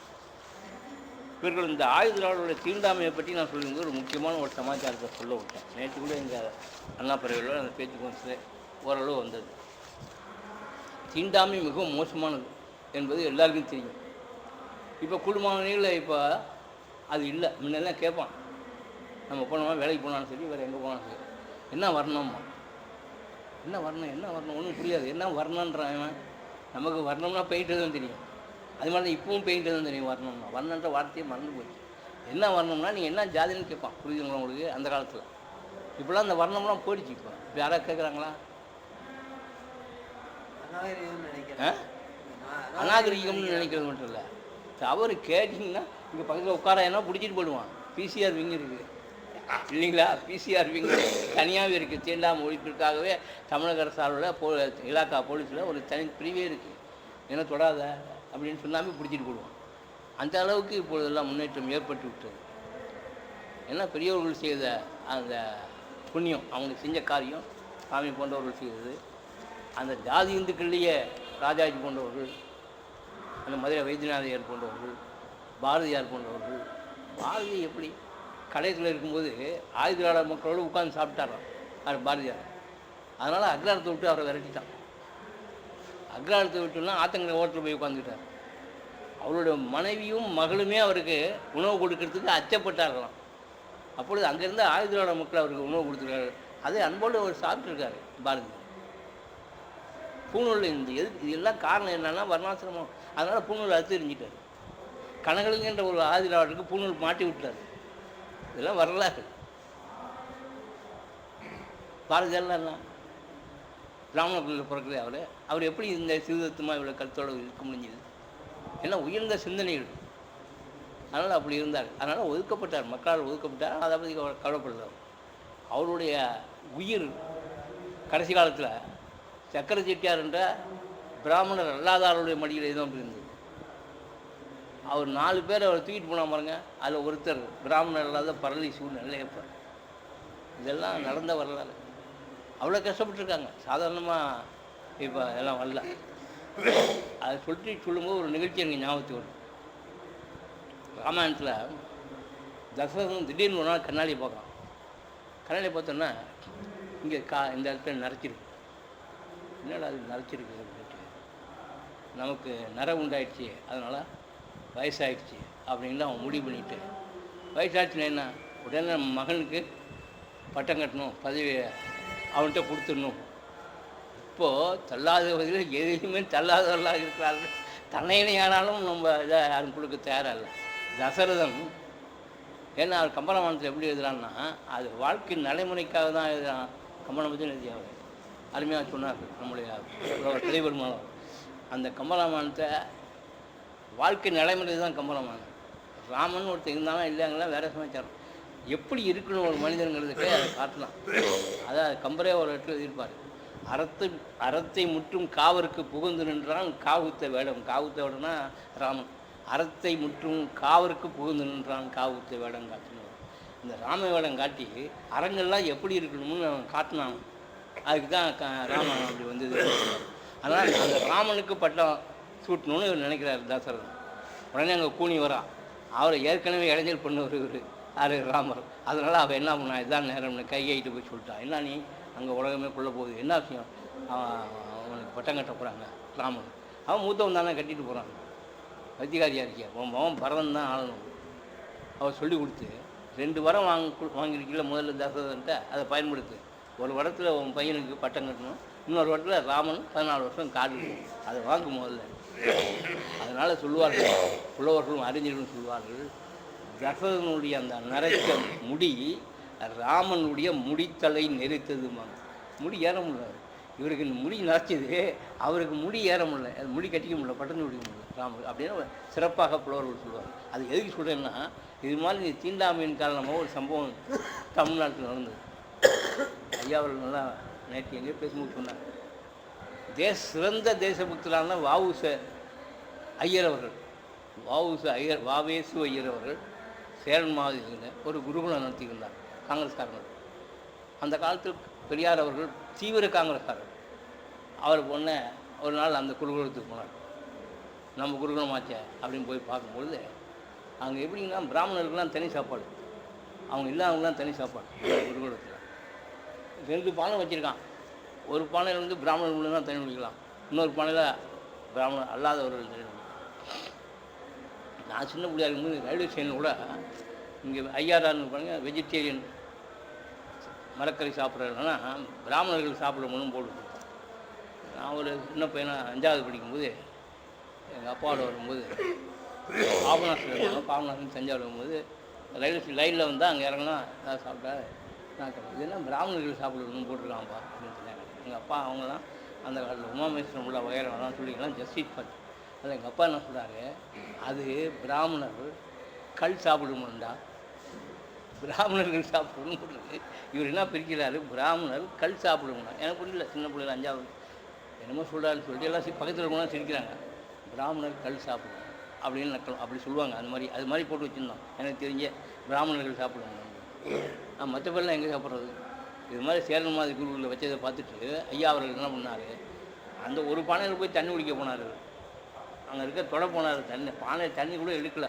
அதுக்குள்ளே அங்கே இருக்கவங்களாம் கத்தலாம், அந்த பானை எடுக்காதீங்க, அது தொடாதீங்க, அடுத்து பின்ன தண்ணி வேணுமே, அடுத்த பானை இருக்கேன் அது இருக்கு, ஏன் இந்த பானை எடுத்தால் என்ன? அது பிராமணர்களுக்காக உள்ள பானை, இது மற்றவர்களுக்காக உள்ள பானை. ஐயாவுக்கு வந்ததே ஆத்திரம், அவ்வளோதான். அந்த பானையை தூக்கி போட்டு அங்கேயே உடச்சி விட்டு, உங்களை நம்பி சுதந்திரம் வாங்கி இந்த நாட்டில் சமத்துவம் சகோதரத்துவம் எங்கேருந்து வரப்போகுது அப்படின்னு ஐயா காங்கிரஸ் விட்டு வெளியே வந்தது தான். காங்கிரஸ் விட்டு வெளியே வந்து அதுக்கு பிறகு ஜஸ்டிஸ் பார்ட்டி சேர்ந்தார்கள். அதுக்கு பிறகு தென்னிந்திய நல உரிமை சங்கத்தை ஏற்படுத்தினார்கள். அதற்கு பிறகு திராவிட கழகம் வந்தது. அதற்கு பிறகு அண்ணா அவர்கள் கருத்து வேற்றுமையில் திராவிட முன்னேற்ற கழகம் வந்தது. அதற்கு பிறகு எம்ஜிஆர் அவர்கள் அனைத்து இந்திய அண்ணா திராவிட முன்னேற்ற கழகத்தை உண்டாக்கினார்கள். இந்த திராவிட இயக்கத்தினுடைய இந்த பரிணாம வளர்ச்சி எங்கே போச்சுன்னா, டெல்லி பார்லிமெண்ட் வரைக்கும் போயிடுச்சு.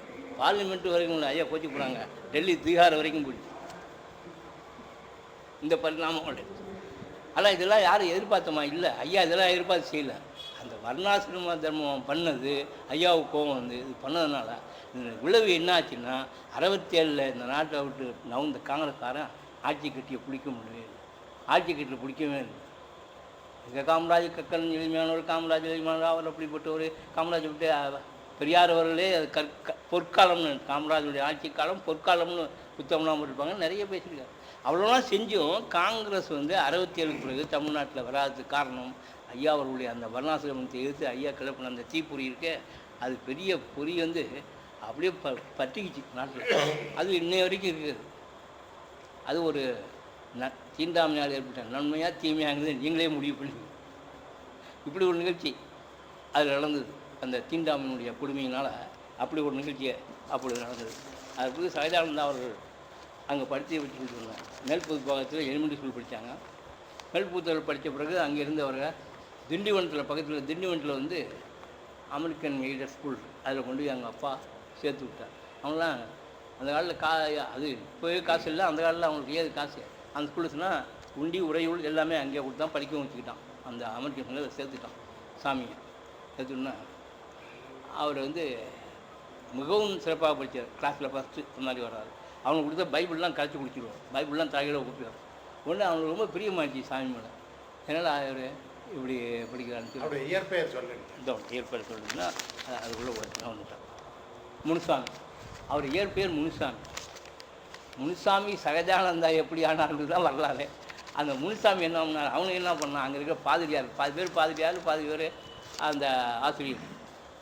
அவர்கள் சில பேர் வந்து பாதிரியாராக இருக்கக்கூடியவங்க ஆசிரியராக இருக்காங்க. அவங்க என்ன பண்ணாங்க, இவருடைய அறிவு ஆற்றலையும் மாற்றி முனுசாமின்ற பேரை ஐயா சொன்னா சிகாமணின்னு மாற்றிட்டாங்க. முனுசாமின்னு பேர் வேணாயா, இவ்வளவு திறமையான ஆளாக இருக்க சிகாமணி அப்படின்னு பேர். சிகாமணின்னா ரொம்ப புத்திசாலின்னு. அதுக்கு பிறகு அவர் அங்கேயே இருக்கார். நாங்கள் ஒன்று அமெரிக்கா வெளிநாட்டுக்கெலாம் அனுப்புறதா இருக்கோம். ஒரு நாள் அவரை கூப்பிட்டு சாமியை சின்ன பிள்ளைய அனுப்புறதா இருக்கும். அதனால் நீ அங்கெல்லாம் போய் படிச்சுட்டு வந்தீங்கக்கா பிரமாதமாக நீங்கள் வந்து கிறிஸ்டியானிட்டியை பரப்பலாம், மத போதகராக ஆகிடலாம், பிடிக்கலன்னா வேறு வேலைக்கு போகலாம். ஆனால் நீ என்ன செய்யணுன்னா எங்கள் மதத்தில் சேர்ந்துடணும் அப்படின்ட்டு சொன்னான். உடனே சாமிக்கு கோவம். இவரே வந்து ஆரம்பத்தில் சைவமாக சின்ன பிள்ளையிலேயே ஒரு சைவ மதம் அதெல்லாம் ஏகப்பட்ட ஈடுபாடு உள்ளவர். அதனால் கோவம் வந்துடுச்சு. உங்கள் இதில் அதெல்லாம் முடியாதுன்னு நான் வரேன். அப்போ தான் நீ வெளியே போட்டான். உடனே வெளியே வந்து மறுபடியும் மேல்புதுப்பாக்கத்துக்கே வந்துட்டார். ஊருக்கே வராரு. அங்கே வந்து பார்த்தா அவங்க அம்மா அப்பாலாம் இல்லை. அங்கேன்னா அவங்களாம் பஞ்சம் பிழைக்கிறதுக்கு பெங்களூருக்கு கோலாருக்கு போயிட்டாங்கன்றாங்க. உடனே அங்கேருந்து இன்னொரு குடும்பம் கோலாருக்கு போன குடும்பத்தோடு இவரும் சேர்ந்து கோலாருக்கு போய் கோலார் தங்க கோலாரில் அவங்க அப்பா அம்மாவில் இருந்து அவங்கள வேலை செஞ்சுட்டார். அதுக்கப்புறம் பஞ்சம் அங்கே முடிஞ்சு போச்சு அந்த வேலை. மறுபடியும் இந்த கிராமத்துக்கே வந்து விட்டார். கிராமத்துக்கு வந்தோடனே அங்கே சுப்பையா நாயுடு யாரோ ஒருத்தர் அவர்கிட்ட அவங்க அப்பா அம்மாவும் பண்ணை வேலைக்கு போயிடுறாங்க. இவரையும் அந்த பண்ணை வேலையை எடுத்து விட்றாங்க. அந்த சாமியையும் இவர் கிணத்துல ஏத்தம் இறைச்சி மாடு கட்டி ஏத்தம் இறைச்சி அந்த கவலையில் தண்ணியை பாய்ச்சிட வேலை செஞ்சுட்டு இருந்தார். ஆனால் இவர் சிந்தனையெல்லாம் சிவன் தான், சைவம். அந்த சிந்தனையெல்லாம் அங்கே இருந்தாலும் இவர் எங்கே தண்ணி அடிச்சு ஏற்றனா இவர் ஏற்ற இறப்பார். உடனே அங்கேருந்து கிளம்பாரங்கிட்டார். அங்கேருந்து கிளம்பி இவராகவே கிளம்பி வீட்டை விட்டு கிளம்பி வெளியில் மெட்ராஸ் போக ஆரம்பிச்சார். சென்னைக்கு போய் அங்கே கூவம் சாமிகள் கூவத்தில் கூவத்தை பற்றி பெருசாக சொல்கிறார். அங்கே கூவம் பேரை வச்சு ஒரு சாமி வந்துருக்கார். அவர்கிட்ட போயிருந்து சில சங்கதிகள்லாம் தெரிஞ்சுக்கிட்டார். அவர் வடிவேல் நாயக்கன் ஒருத்தர் அனுப்புகிறார். அவர்கிட்ட போய் செஞ்சுக்கிட்டார். அவர் என்ன பண்ணார், இவ்வளோ சிறந்த அறிவாளனாக இருக்கான், இவ்வளோ சைவ சித்தாந்தத்தெலாம் பேசுகிறான், தர்க்க சாஸ்திரம்லாம் இருந்தாலும் பேசுகிறான்னு சொல்லிட்டு அவர் போய் கரப்பாத்திர சிவபிரகாச சாமின்னு ஒருத்தர் கொண்டு போய் பிள்ளை விட்டுறாரு. அவன் கரப்பாத்திர எப்படி அந்த சாமிக்கு பேர் வந்துருனாக்கா, உங்களுக்கு சீத்துளை சார்ந்த பேர் வந்து உங்களுக்கு தெரியும். சீத்துளைன்றவர் நம்ம பெரும்புலவர். அவருக்கு வந்து சீத்துளைன்ற ஊரில் சேர்ந்தவர் ஒன்று. இன்னொன்று அவர்கிட்ட வந்து பாடுறவன் கவிஞன் புலவனெல்லாம் தப்பு தப்பாக பாடினாக்கா அவர் எழுத்தாணியால் மண்டையில் குத்திக்கிட்டே இருப்பார். அது சீ பிடிச்சிதான் தலை, இது ஒரு கதை, அதனால் சீத்தலை அப்படின்னு ஒரு காரண பேராக சொல்லுவாங்க. அது மாதிரி இந்த கரபாத்திர சாமி எப்படி இருந்தாருன்னா, இவர் வந்து அடியவர், அவர் வந்து தவசி, அவர் வந்து எல்லாத்தையும் அவர் மேலே பிரியப்பட்டவர் கொடுக்குற அன்னத்தை வாங்கி சாப்பிட்டு தான் அதோட உயிர் வாழ்ந்துக்கிட்டு அதோட சைவ சமய பிரச்சாரம் செஞ்சுட்டுருக்காரு. அப்போது அவர் கொடுக்குறாங்கல்ல, கையை கழுவிட்டு வலது கையில் உருட்டி போட சொல்லி அப்படியே சாப்பிட்டு கை கழுவிடுவாங்க. இலையோ பாத்திரமோ ஒன்றுமே வச்சுக்க மாட்டாராம். வச்சிக்க சாமினாலும் கேட்க மாட்டாராம். கரத்துலேயே வாங்கி சாப்பிட்டனால அதை கரப்பாத்திர சுவாமிகள் ஆகிட்டார். கரத்தையும் பாத்திரமும் ஆக்கிக்கிட்டனால கரப்பாத்திர சுவாமி. கரப்பாத்திர சிவபிரகாச சுவாமிகள் அவர் இவருக்கு ஏகப்பட்ட சமாச்சாரங்களை சொல்லி கொடுத்துருக்காரு. சைவ அந்த நூல்களை எல்லாம் ஏகப்பட்டது இவர் கற்பித்து இவரை வந்து ஒரு பெரிய ஞானியாக ஆகிட்டார். ஆக்கி இந்த ஆள் இவ்வளோ இப்படி சாதாரணமாக இருக்கான், என்ன பேருன்னா முன்சாமி தான், இப்போ அங்கே சிகாமணின்னு வச்சேன்றான் அப்படின்னு சொல்லிட்டு அவர் தான் அவருக்கு இந்த பேர், நம்ம தலைப்பு பேர் சகஜானந்தன்ற பேரை. நாங்களும் என்ன நினச்சிங்க, சகஜமாக இவர் ஐயா எல்லாத்தையும் பழகிறதுனால இந்துக்கள் வித்தியாசம் இல்லாமல் அப்படினால இவர் சகஜானந்தர் பொழுது நான் நினச்சிட்டு இருக்கேன். அப்புறம் வரலாறு படிக்கும்போது தான் இவருக்கு வந்து அது ஞான பேர் சகஜானந்தன்ற பேரை அந்த குரு ஊற்றினாருங்க. அதுக்கப்புறம் வரலாறு பார்த்தா அவர் ஏஎஸ் சகஜானந்தன் அவர் சாமி கைது போடுவார். பத்திரங்கத்தான் எல்லாத்தையும் ஏஎஸ் சகஜானந்தன் தான் வரும். அது எல்லாம் ஏங்கிறது அவங்க அண்ணாமலையில் அவங்க அப்பா பேர். எஸ்ங்கிறது சிவபிரகாச சுவாமிகளுடைய ஞானத்தந்தி. ஞானத்தந்தி சிவபிரகாச சுவாமிகள், ஏங்கிறது அவங்க அப்பா, ஏஎஸ் சகஜானந்தன் அப்படின்னு அவர் கையெழுத்து சாமி கையெழுத்து போடுவாராம். பத்திரம் கார்டு எல்லாத்துலேயும் ஏஎஸ் சகஜானந்தன் தான் வருமா. அதுக்கு பிறகு அவருடைய சிறப்பியல்களை பார்த்த பிறகு மக்களும் அடியவர்களும் மற்ற பெரியவர்களும் அவரை சகஜானந்த சுவாமிகள் என்றும் சகஜானந்த அடிகள் என்றும் கூப்பிட அழைக்க ஆரம்பித்து விட்டார். அந்த அளவிற்கு அவர்கள் மிகவும் சிறப்பான வாழ்க்கையை, அதாவது வையத்துள் வாழ்வாகவும் வாழ்வான அது மாதிரி வாழணும். அந்த ஏழை எளிய மக்கள் முன்னேற்றத்துக்காக அவ்வளவு செஞ்சிருக்காரு. அதுக்கு பிறகு சில நிகழ்ச்சிகள் இருக்குது, ரொம்ப நேரம் ஆயிடுச்சுன்னு நினைக்கிறேன். அதுக்கு பிறகு வஉசியோட அவர் சந்திப்பை பற்றி சொன்னோம்னாக்கா உங்களுக்கு சிறப்பாக. வஉசி அவர் எப்படி சந்தித்தார், சிதம்பரத்துக்கு அவர் எப்படி வந்தார்? சிதம்பரத்துக்கு அவர் இவன் மெட்ராஸ் போன சென்னைக்கு வந்தாரா, சென்னை போயிருந்தா அங்கே வந்து வியாசர்பாடியில் ஒருத்தட்டு போய் சேர்ந்தார். அவர் வந்து இந்த நடனத்து சிதம்பரத்து தரிசனம் பார்க்கறதுக்காக வராரு சிதம்பரத்துக்கு. அவர் கூடயே இவரும் கிளம்பி வந்துடுறார். அந்த சைவ பெரியவருடைய இவரும் கிளம்பி வந்து சிதம்பரத்துலேயே தங்கிடுறார். இங்கே வந்தோடனே இந்த மாதிரி பிரச்சனைகள்லாம் நந்தனார் திருநாளே போவார். நந்தனாருடைய சமாச்சாரம் கேள்விப்பட்டு அப்போ தான் அந்த ஓம கடைக்கு வர்றார். ஓமோட கடையில் வந்து அங்கே தங்கி அங்கே அந்த புறம்போக்கத்தை அந்த தாசில்தார்கிட்ட பட்டா வாங்கி அங்கேயே இந்த இதெல்லாம் அமைத்து அங்கேயே தங்கிடுறார். சேம்பரத்துலேயே தங்கி இவர் வடார்காடு மாவட்டம் சேர்ந்த புதுப்பாத்திலேருந்து சேம்பரத்தில் வந்து தங்கி சேம்பரத்தில் நந்தனார் இடத்துல நம்ம இருந்து இந்த காரியங்களை செய்யணும்னு அவர் செஞ்சுருக்காரு சார். அங்கேயே அவருக்கு தங்கி அங்கேயே மூணு பிள்ளை எம்எல்ஏ இருந்து எல்லாம் மிகச்சிறப்பாக செஞ்சுருக்காரு. இதுக்கிடையில் வஉசியை அவர் சந்தித்தார். வஉசியை முதல்ல சென்னையில் சந்திக்கிறார். யார்? சகஜானந்த சாமிகள் வஉசியை சென்னையில் சந்திக்கிறார். சென்னையில் சந்திக்கும் போது வஉசியில் போய் சொல்கிறார், நான் எப்படி அறிமுகப்படுத்திக்கிறார் அவர் சந்திக்கிற சகஜானந்த சோழன், நான் நந்தனார வகுப்பு பிள்ளை அப்படின்னு வஉசிக்கிட்டு போய் அறிமுகப்படுத்திக்கிறார். நான் நந்தனார வகுப்பு, I belong to Harijan community அப்படிங்கிறது, நான் நந்தனார வகுப்பு பிள்ளை. அப்போல்லாம் இப்போவே என்ன போகல, இப்போவே இவ்வளவு காலத்துக்கு இப்போ அண்மையில் ஒன்று படித்தேன் நான், ஒரு சர்வே பிசிஆர் வந்துச்சு. ஜனவரி 30 நம்ம தீண்டாமை ஒழிப்பு நாள் நடத்துகிறோம், உறுதிமொழி எடுக்கிறோம், எல்லாம் பண்ணுறோம். இவ்வளோ சமாச்சாரம் பண்ணியும் இன்றைய நிலைமையிலேயே தீண்டாமையில் 85 வகையான தீண்டாமை நடைமுறைகள் இருக்குதுன்னு ஒரு சர்வே எடுத்திருக்காங்க இப்போ 2 வாரத்துக்கு முன்னாடி. அதில் வந்து அந்த இரட்டை டம்ளர் முறை, அந்த நாவிதர்கள் அறிஞர்கள் செய்ய மாட்டேன், டோபி எடுக்கும், இதெல்லாம் இது மாதிரி வரும். 85 வகையான இது இருக்குதுன்னு சொல்கிறான். இப்போவும் இன்றைக்கும் 2 வாரத்துக்கு முன்னாடி வந்த சர்வே அது. இவ்வளோ கெடுபிடியான பிறகு அப்போ எப்படி இருந்திருக்கும். அதனால் அவர் போய் அவர் பிள்ளை சிதம்பரம் பிள்ளை தெரியும், சிதம்பரம் பிள்ளைவர்கள்னு சொல்லுவான். அதனால் அவரை போய் அப்புறம் பின்னாடி முதலியால் ஆகிட்டாங்க. அவரை போய் பார்த்து நான் நந்தனார வகுப்பு பிள்ளைன்னு போய் கும்பிட்டு கேட்பேன்.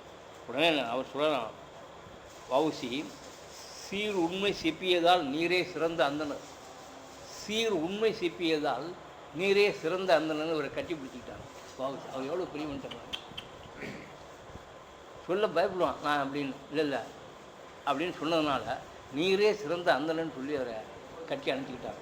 அதுக்கு பிறகு அவர் வஉசி வந்து பல பேருக்கு பல திருக்குறள் பொருள்லாம் சொல்லி அவரே சொல்லியிருக்கார். அவரே பெரிய அறிவாளி. ராஜாஜிக்கு திருக்குறள் சொல்லி கொடுத்துருக்காருன்னு வரலாறு. அவருக்கு சொல்லிக் கொடுக்கும்போது திருக்குறள், தொல்காப்பியம், மெய்யறம் போன்ற நூல்களை அவர் கற்றுக் கொடுத்தார். பின்ன அவர் ஓட்டப்படாததுக்கு அவர் சொந்த ஓட்டப்படாததுக்கு அழைச்சிட்டு போய் அங்கேயும் இவர் கொஞ்ச நாள் செய்திருக்காரு. சாமி. அப்புறம் சாமி முன்னாடி அங்கேருந்து வந்துட்டார். அதுக்கப்புறம் வந்து சேம்பரம் வந்து இவருடைய பணிகள் இருக்குது. அதில் செஞ்சுக்கிட்டு இருக்கும்போது சேம்பரத்தில் இருக்கும்போது அவருடைய வஉசியுடைய மறைவு செய்தி வருகிறது. உடனே அவருக்கு துக்கம் தாங்கலை. சகஜானந்தர் பெருப்பட்ட மகான் இதை வந்துட்டார். இறப்புங்கிறது இயற்கை, ஆனால் இவருக்கு தாங்க முடியல. அப்போ வந்து ஒரு கையறு நிலை கவிதை பாடுறாரு பாருங்க. சாவா மருந்தனவே தற்பரனால் வள்ளுவர் செய் பாவல் அணி எனக்கு பாவித்த தேவா, சிதம்பரம் என் சர்க்குருவே, சிந்தையில் நின்னின் பதம் பெற்றேன் என்றும் பணிந்து அப்படின்னு வெண்பாடுகிறார். என்றைக்கும் நினைப்பு தான் இருக்குது எனக்கு. இன்னைக்கு இறந்து போய் கையறு நிலை கவிதை, அதாவது இறந்து போயிட்டால் என் மெமோரியம்னு ஆங்கிலத்தை சொல்லுவோம், அது ஒரு லிட்ரேச்சர். அது மாதிரி கையறு நிலை கவிதையை பாடியிருக்கார் சேம்பரத்தில். அவர் வஉசிக்கிட்ட அவ்வளவுடைய ஒரு தொடர்பு அவருக்கு இருந்துச்சு. 1954ஆம் ஆண்டு பாபு தேவகிராமன் தலைமையில் சேம்பரம் நகராட்சி திடலில் நகராட்சி ஹால் மைதானத்தில் பெரிய காங்கிரஸ் பிரிவினுடைய ஷெட்யூல் இனப்பிரிவின் 4வது அகில இந்திய மாநாட்டை வெற்றிகரமாக நடத்திருக்கார். அவர் நடத்துனது ஜெகஜீவராமன் தலைமையில். அவங்க மக தான் இப்போ ஸ்பீக்கராக இருக்காங்க. அவளை சீரோடும் சிறப்போடும் வாழ்ந்தவர். செயற்கையை செய்வார் பெரியன்ற அந்த வள்ளுவருடைய வார்த்தைக்கு எடுத்துக்காட்டாக உள்ள எங்கள் சாமி சொல்கிறாங்க. அந்த மாதிரி பல பேருக்கு தெரியல. அந்த நிகழ்ச்சிகளை அது சொல்ல முடியுது. ஒரு 30/4/1959 இயற்கை மரணம் அடைந்தார் சுவாமி. 30/4/1959 சேமர்கிலே. எத்தனை வயசு இருக்கும்? அது அவர் வந்து வயசு 60 மேலே இருக்கும். அதெல்லாம் 70 வயசு இருக்குன்னு இருக்கும் அவர் அப்போது இறக்கும்பொழுது. ஏறத்தாழ 70. அவருடைய பிறந்த வயசை நான் உங்களுக்கு சொல்லிவிட்டேன். 1826 1827 பிறந்தவர். அதனால் 60 வயசு மேலே இருக்கும். 30/4/59 இறந்துடுறார். அது இறந்த பற்றி அவருடைய அந்த இவர் எழுதுகிறார். அப்பொழுது இருந்த MLA Sivasubramaniam MLA, Congress MLA என்ன சொல்கிறாரு, அவருடைய ஊர்வலம் வந்து சுவாமியினுடைய சபை ஊர்வலம் அங்கே போகும்போது சிதம்பரம் நகரத்தினுடைய வீதிகள் எல்லாம் மிகவும் அலங்கரிக்கப்பட்ட ஊர்வலமாக போகணும். அவருடைய ஊர்வலம் போகும்போது ஆதிவார மக்கள் மட்டும் இல்லை, அனைத்து தரப்பு மக்களும் வழியில் நின்று சுவாமி அவருடைய தவறு வணங்கினார்கள் அப்படின்னு எழுதுகிறாரு. அவருடைய மலரில் எழுதுகிறாரு. அவருடைய இறுதி ஊர்வலத்தை வர்ணித்து சிவசுப்ரமணியம் எக்ஸாம்பிள் காலஞ்சென்றவர் அவர் காங்கிரஸில் இருந்து எழுதுகிறார். அது மாதிரி வையத்துள் வாழ்வாங்கு வாழ்ந்த பெருமகனால் அவர்களை பற்றி உங்களுக்கு சில கருத்துக்களை பரிமாறிக்கொள்வதற்கு எனக்கு அரிய வாய்ப்பு தந்த பாரதிய சங்கத்திற்கும் குறிப்பாகவும் சிறப்பாகவும் வழக்கறிஞர் அவர்களுக்கும் நன்றியை தெரிவித்து என் உரையை பூர்த்தி செய்கிறேன். வணக்கம்.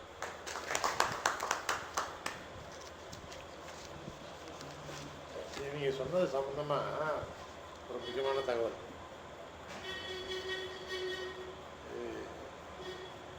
சகஜானந்தா வந்து மகாத்மா பார்த்தாருங்கிறது எனக்கு கேள்விப்பட்டது.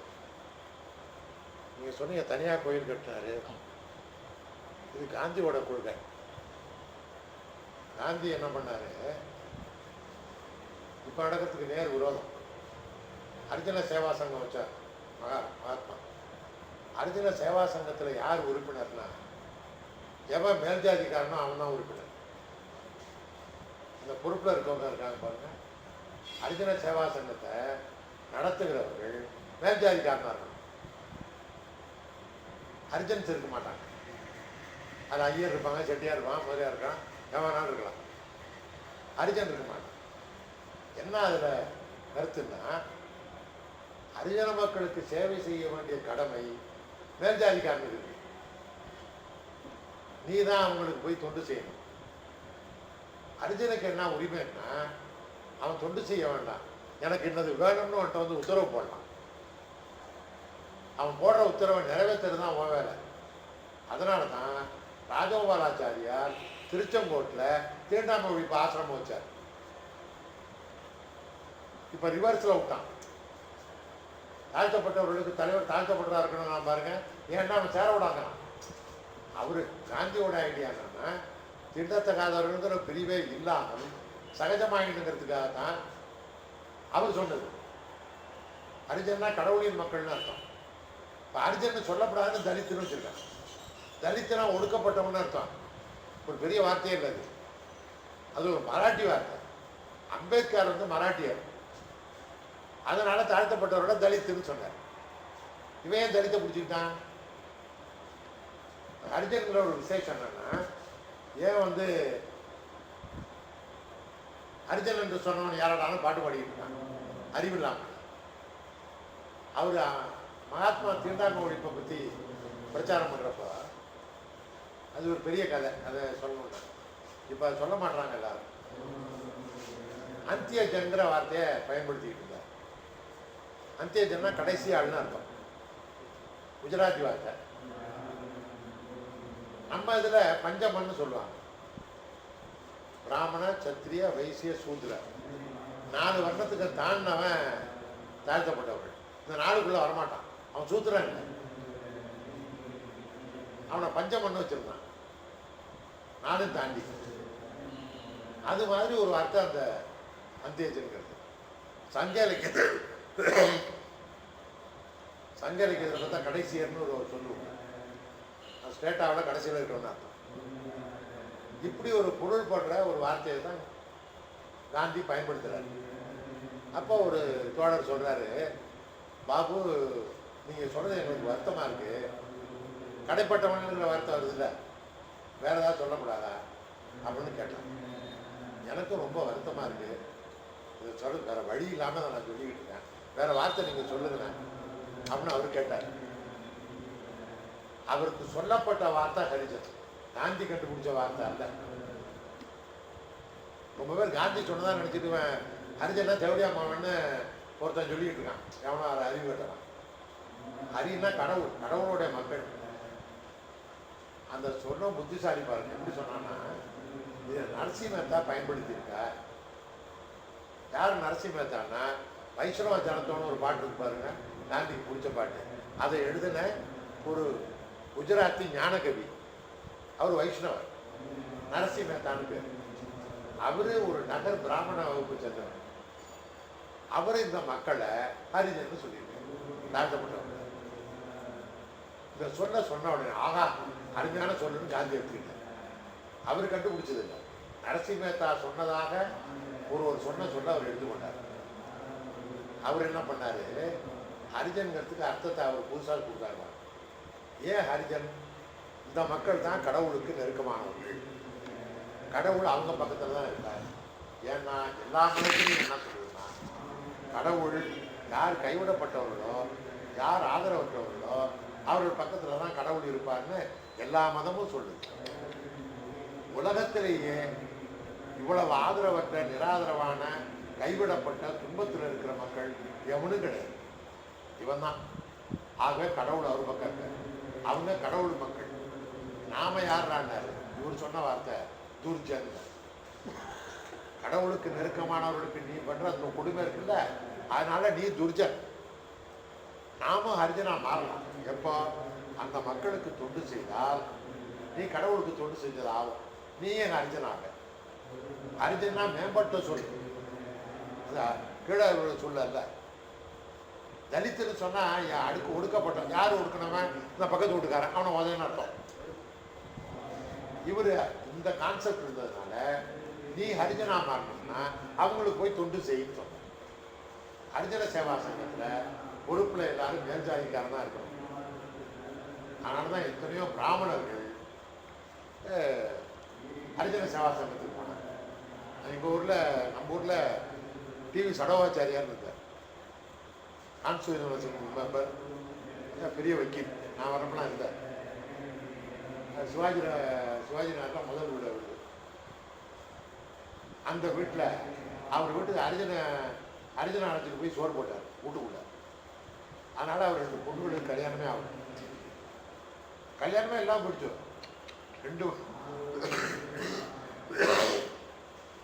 2 பொண்ணு திருமணமாகவே செத்து போச்சு. அவர் காங்கிரஸ்கார். நான் வரப்போ பார்த்துருக்கேன், அவர் கதர் கோட்டையே போடுவார். இப்படியெல்லாம் தொண்டு செய்வார். இது போகிற மேல்ஜாதிக்காரங்க தான் பண்ணணும். அப்படி பண்ணுறப்போ ஆலய பிரவேசம் வந்தது. காந்தி அகிம்சை கொள்கையோடு. ஆனால் நீ அடிச்சு பிடிச்சி உள்ளே போவாது. யார் கோயிலுக்கு உரிமையுடையவர்கள் என்று சொல்லுகிறார்களோ அவர்கள் உங்கள் கையை பிடிச்சி அடிச்சுட்டு உள்ளே போகும். கையை பிடிச்சி அடித்து உள்ளே கொண்டு போகும்.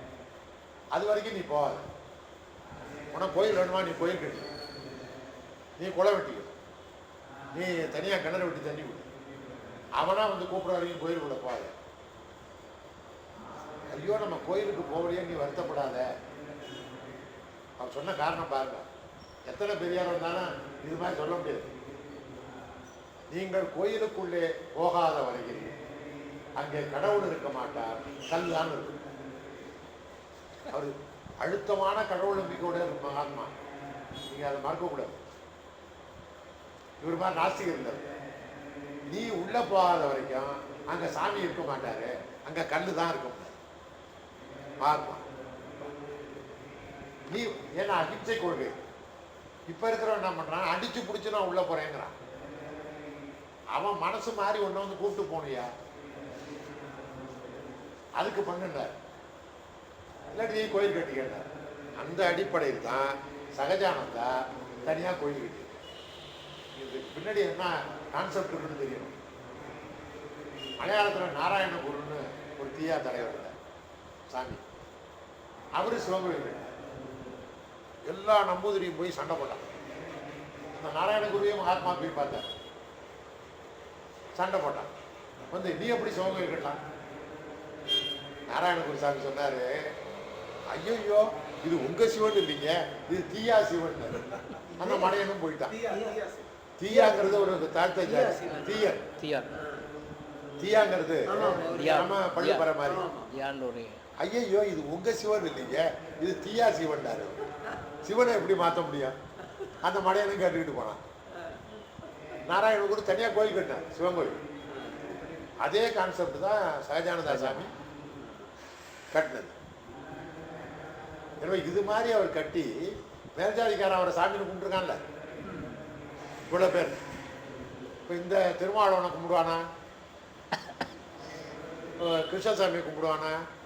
இப்போ பல்லர் பறையரே சேர்ந்துக்க மாட்டேங்கிறான். சக்கிலியர் தனியாக இருக்கான், பல்லர் தனியாக இருக்கான், ஒட்டம் தனியாக இருக்கான், எல்லாரும் தனித்தனியாக வச்சுருக்காங்க. அருந்ததியர் தனியாக, அருந்ததியர் தனியாக. காந்தி சொல்கிறத கேட்டிருந்தான்னா இப்போ இந்த வித்தியாசமே இருந்திருக்காது. அதனால சகஜானந்தா அதனால தான் சகஜானந்தா வந்து மகாத்மா பார்த்தார், இந்த கோயிலுக்கு அவர் அடிக்கல் நாட்டிருக்காரு பாருங்க. இதுக்கு பின்னாடி இந்த கருத்து இருக்கு. அந்த கோயிலில் போய் சண்டை போடாத, அவன் வந்து கூப்பிட்டு போறவர். அதனால மதுரை கோயிலுக்கு கக்கனையும் இன்னொரு நாடாரையும் காமராஜர் பேரை மாற்றி அழைச்சிட்டு காமராஜர்லாம் இப்போ கிடையாது. கக்கன் போனாரு, இன்னொரு நாடார் சாணாரே கோயிலுக்குள்ள போக முடியாது. ஒரு விஷயம் தெரியுமா? சாணார் கோயிலுக்குள்ள போக முடியாது. வெள்ளைக்காரன் ஒருத்தனும் ஜாதியும் ஒழிக்கல, வெங்காயத்தையும் ஒழிக்கல. இது தீண்டாமை ஒழிச்சவர் மகாத்மாவை தவிர வெள்ளைக்காரன் இல்லை. ராமநாதபுரத்தில் ஒரு கோயிலில் சாணார் போனால் அவன் உடம்பு ஏறினான். ஹைகோர்ட் வரைக்கும் கேஸ் நடந்துச்சு. ஹைகோர்ட்டில் சொல்லிட்டாங்க சாணார்கள் கோயிலுக்குள்ளே போகக்கூடாது. இதுதான் வெள்ளைக்காரன் காலத்து சட்டம். வைத்தியநாத ஐயர் கோயிலுக்கு உரியவர் இல்லை, ஐயர் இல்லை. அவர் இவங்களை அழைச்சிக்கிட்டு கோயிலுக்குள்ள. மகாத்மா காந்தி ஒரு காலத்துக்கு பிறகு கோயிலுக்கே போகிறதில்லை. அது தெரியுமா உங்களுக்கு? எந்த கோயிலுக்கும் போகிறதில்லை. ஏன்னா கோயிலுக்குள்ள அரிஜன் போக முடியாதுங்கிறதுனால தான் கோயிலுக்கு போகிறத நிறுத்திட்டார். ஒரிசாவுக்கு போனார். அந்த பூரி ஜெகநாதர் பெரிய கோயிலில் அதுக்கு இவருக்கு தெரியாமல் என்ன ஆகி போச்சு, யாராவது சொல்லியிருக்காங்க பெரிய கோயில். கஸ்தூரி மாமாவும் மகாதேவி தேசாயும் பூரி கோயிலுக்கு போயிட்டாங்க. நாராயண் தேசாய் இப்போ உயிரோடு இருக்கார், 90 வயசாக இருக்கும். மகாதேவி தேசாய் பிள்ளை. அவர் நேராக போய் தாத்தா பாட்டி அம்மாவும் கோயிலுக்கு போயிட்டாங்கன்னு சொல்லிட்டார். பெரிய சண்டை போட்டார் காந்தி. நான் போகாமல் இருக்கேன், நீ எப்படி போன? அப்போ நான் ஊருக்கு உபதேசம் உனக்கு பண்ணலன்னு அர்த்தமா? ஏன் கோயிலுக்கு போகல? அரிஜனை போகாத கோயிலுக்கு அவர் போக மாட்டார். திருக்குற்றாலத்துக்கு வந்தார். இப்போ நான் போனதில்லை குற்றாலத்துக்கு. அந்த அருவிக்கு போனோன்னா கோயில் வழியாக தான் போடுவான். குற்றால அருவிக்கு திருக்குற்றாலநாதர் குற்றாலநாதர் கோயில் இருக்க அது வழியாக போகணுமா? எனக்கு தெரியாது. ஒரு கோயில் வழியாக குற்றாலத்துக்கு அருவிக்கு கொண்டு போனாங்க. இந்த கோயிலில் அரிஜன் போவானான்னு கேட்டார். போக முடியாது, நாங்கள் போகாமே வந்தேன். அருவிக்கே போனேன். கோயிலுக்கு அவர் போகிறதை நிறுத்தினது அரிஜனர்கள் போவதை நிறுத்தினாங்க. அதனால் தீண்டாமை ஒழிப்பும் ஆலய பிரவேசங்கிறதும் ஒரு மிகப்பெரிய வரலாறு. அது தெரியாமல் இவங்க வந்து அரிஜன் சொன்னவன் யாருடாங்கிறது, காந்தி என்ன பண்ணாருங்கிறது. இந்த சந்தர்ப்பத்தில் ஒரு இன்னொரு கருத்தையும் உங்களுக்கு சொல்லிடுறேன். அரசியல் சட்டத்தில் ஆர்டிகல் 17ங்கிறது அன்டச்சபிலிட்டி இஸ் அபாலிஷ், தீண்டாமை ஒழிக்கப்படுகிறதுங்கிற ஷரத்து 17வது ஷரத்து. அரசியல் சட்டத்தில் தீண்டாமை ஒழிப்பை பற்றி எழுத வேண்டிய அவசியம் இல்லை. ஜாதி குல ஆச்சாரம் எல்லாம் மக்களுடைய பரம்பரை பழக்கம், அதில் நான் தலையிட மாட்டேன்னு விளைவிக்கலாம். ஆனாலும் காங்கிரஸ்காரன் கொண்டு வந்த கான்ஸ்டியூஷனில் இதை எழுதலாம். இந்த ஆர்டிக்கிளை முன்மொழிஞ்சவன் மேல்ஜாதிக்காரன், வழிமொழிஞ்சவனும் மேல்ஜாதிக்காரன். கான்ஸ்டியூண்ட் அசம்பிளில் இருந்தவன் பூரா காங்கிரஸ்காரன் முக்கால்வாசி, அதுலேயும் எல்லாம் மேல்ஜாதிக்காரன். அவன் எப்படி இந்த சட்டத்தை கொண்டு வந்தான்? அவனை கொண்டு வர வச்ச ஒரு மகாத்மா. அந்த சட்டம் நிறைவேறின உடனே அந்த ஆர்டிகல் பாஸ் ஆச்சு பாருங்க. ஆன உடனே மகாத்மா காந்திக்கு ஜேன்னு கத்தணும் அசம்பிளியில். அன்டச்சபிலிட்டி ஒழிஞ்சுங்கிறதுக்கு அம்பேத்கருக்கு ஜேன்னு கத்தலை. நான் தப்பாக சொல்லிட்டு இருக்கேன் எல்லாரும். மகாத்மா காந்திக்கு ஜேன்னு கத்தணும். அது ரெக்கார்டில் தீண்டாமைங்கிறத அவர் தான் ஒழிக்கிறாருங்கிறத அன்னைக்கு அரசியல் சட்டம் எழுதினவனுக்கு தெரியும். அந்த வழியில் வந்ததுனால சகஜானந்தா அதை இப்போ அவர் வழியிலே எல்லாரும் பண்ணியிருந்தா நீங்கள் பாதி ஜாதி ஒழிஞ்சு. இப்போ 85 பிரிவுங்கிறீங்கல்ல, 85 பிரிவுங்கிறது வேற ஒன்றும் மேல் ஜாதிக்காரன் வச்சுக்கல, இவங்களே வச்சுக்கிறான். சேரக்கூடாதுன்னு பிரிஞ்சே வச்சுக்கிறாங்க. ஆமாம், லேட்டஸ்ட் சர்வே சார். நீங்கள் காந்தி எடுத்துக்கிட்டா அவர் பல்லருக்கும் அவர் தான் தலைவர், பாப்பாருக்கும் அவர் தான் தலைவர். அண்ணாவை எடுத்துக்கிட்டா செட்டியாருக்கு தலைவர், முதலியாருக்கும் தலைவர், தாழ்த்தப்பட்டவருக்கும் தலைவர். பெரியார் அப்படி எடுத்துக்கலாம். இவர் திருமாவளவன் நீங்கள் தலைவராக வச்சுருக்கீங்களா? எல்லா தாழ்த்தப்பட்டவருமே வச்சுக்க மாட்டாங்க. அதிலே பர்டிகுலர் கம்யூனிட்டி தானே தலைவராக வச்சுக்கிறாங்க. ஜாதி கணக்கு எதுக்கு எடுக்கிறான்? எனக்கு காரணம் சொல்லுவேன். நான் எல்லா கம்யூனிஸ்ட்காரன் வரைக்கும் இதை ஆதரிக்கிறேன். ஜாதியில் கணக்கு எடுத்துட்டீங்கன்னா ஜாதி எப்படி ஒழியும் சொல்லுங்க பாப்பா.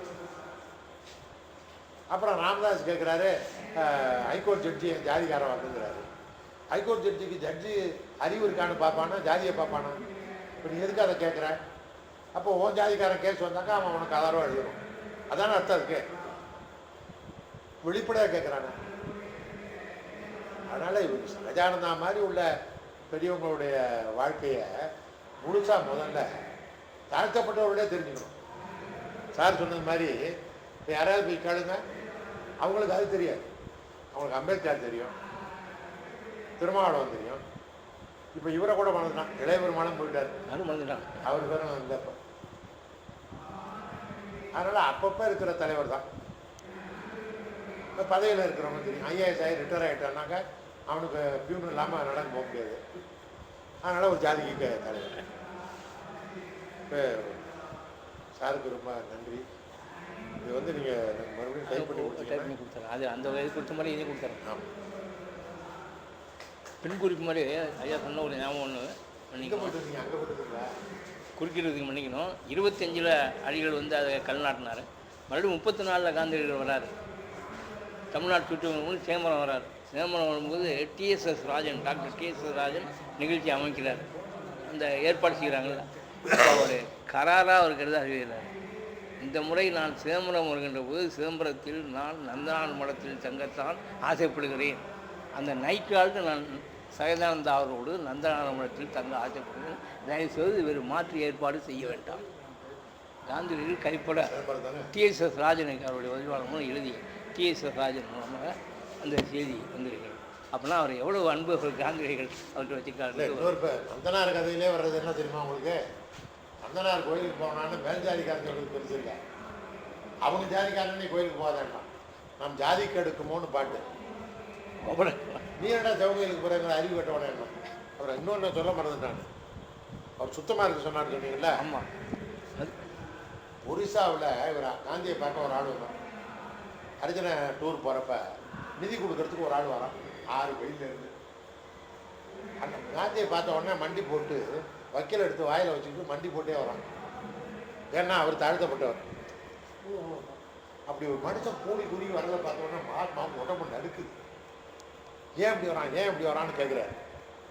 அவர் ஒரியா மொழி தெரியாதுல்ல. இல்லைங்க, உங்கள்கிட்ட நிதி கொடுக்க வர்றாரு, அவர் தாழ்த்தப்பட்டவர், அதனால இப்படி வர்றாரு. தங்கம் உள்ளவரால் எனக்கு பணம் கொடுக்கறத வாங்கணும்னா வாங்கலையோ, வாங்கணும்னு சொன்னாவோ 3 சத்தியம் பண்ணி கொடு. யான்னு கேட்குறாரு பாருங்க. 33 34 நடக்குது. எனக்கு இது எக்காரணத்தை கொண்டும் ஒரு மனுஷன் காலில் நான் விட மாட்டேன், சத்தியம் பண்ணி கொடு. மகாத்மாவுக்கு அவர் காலை தொட்டு கும்பிடுறது பிடிக்காது. இப்போல்லாம் நேராக இங்கேருந்து இவ்வளோ தூரம் நடந்து வந்து ஒத்துன்னு விழுந்து கும்பிட்டு இருக்காங்க. மகாத்மா காலில் விழுந்து கும்பிட தகும், கால் கும்பிடக்கூடாது. அவர் ஆசிரமத்தில் யாரும் கால் தொட்டு கும்பிடக்கூடாது. மனுஷங்காலில் விட மாட்டேன், சாராயம் குடிக்க மாட்டேன், சத்தியம் வாங்குறாரு பாருங்க, செத்த மாட்டுக்கறி சாப்பிட மாட்டேன். இது மூணும் அவங்களுக்கு உள்ள பழக்கங்கள்.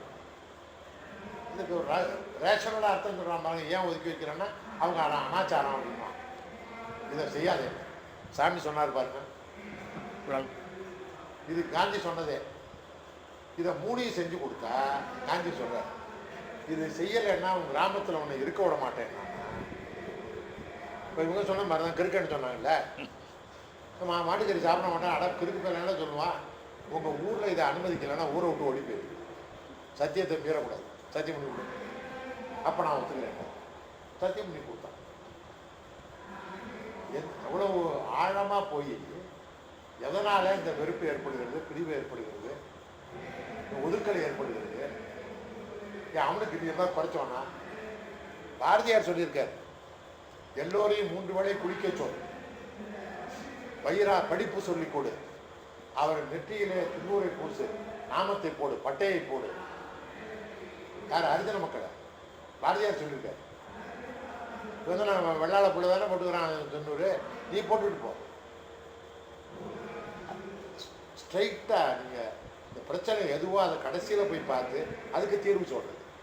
மகாத்மாவும் சொன்னார், பாரதியும் சொன்னார், ஷாஜகானுக்கு அதை செஞ்சுக்காட்டு. விழாவில் மட்டுது மாதிரி மது விளக்கிலையும் ரொம்ப தீவிரமாகவே கடைசி வரையும் இருந்தார். சட்டசபையிலையும் மது விளக்கு பற்றிய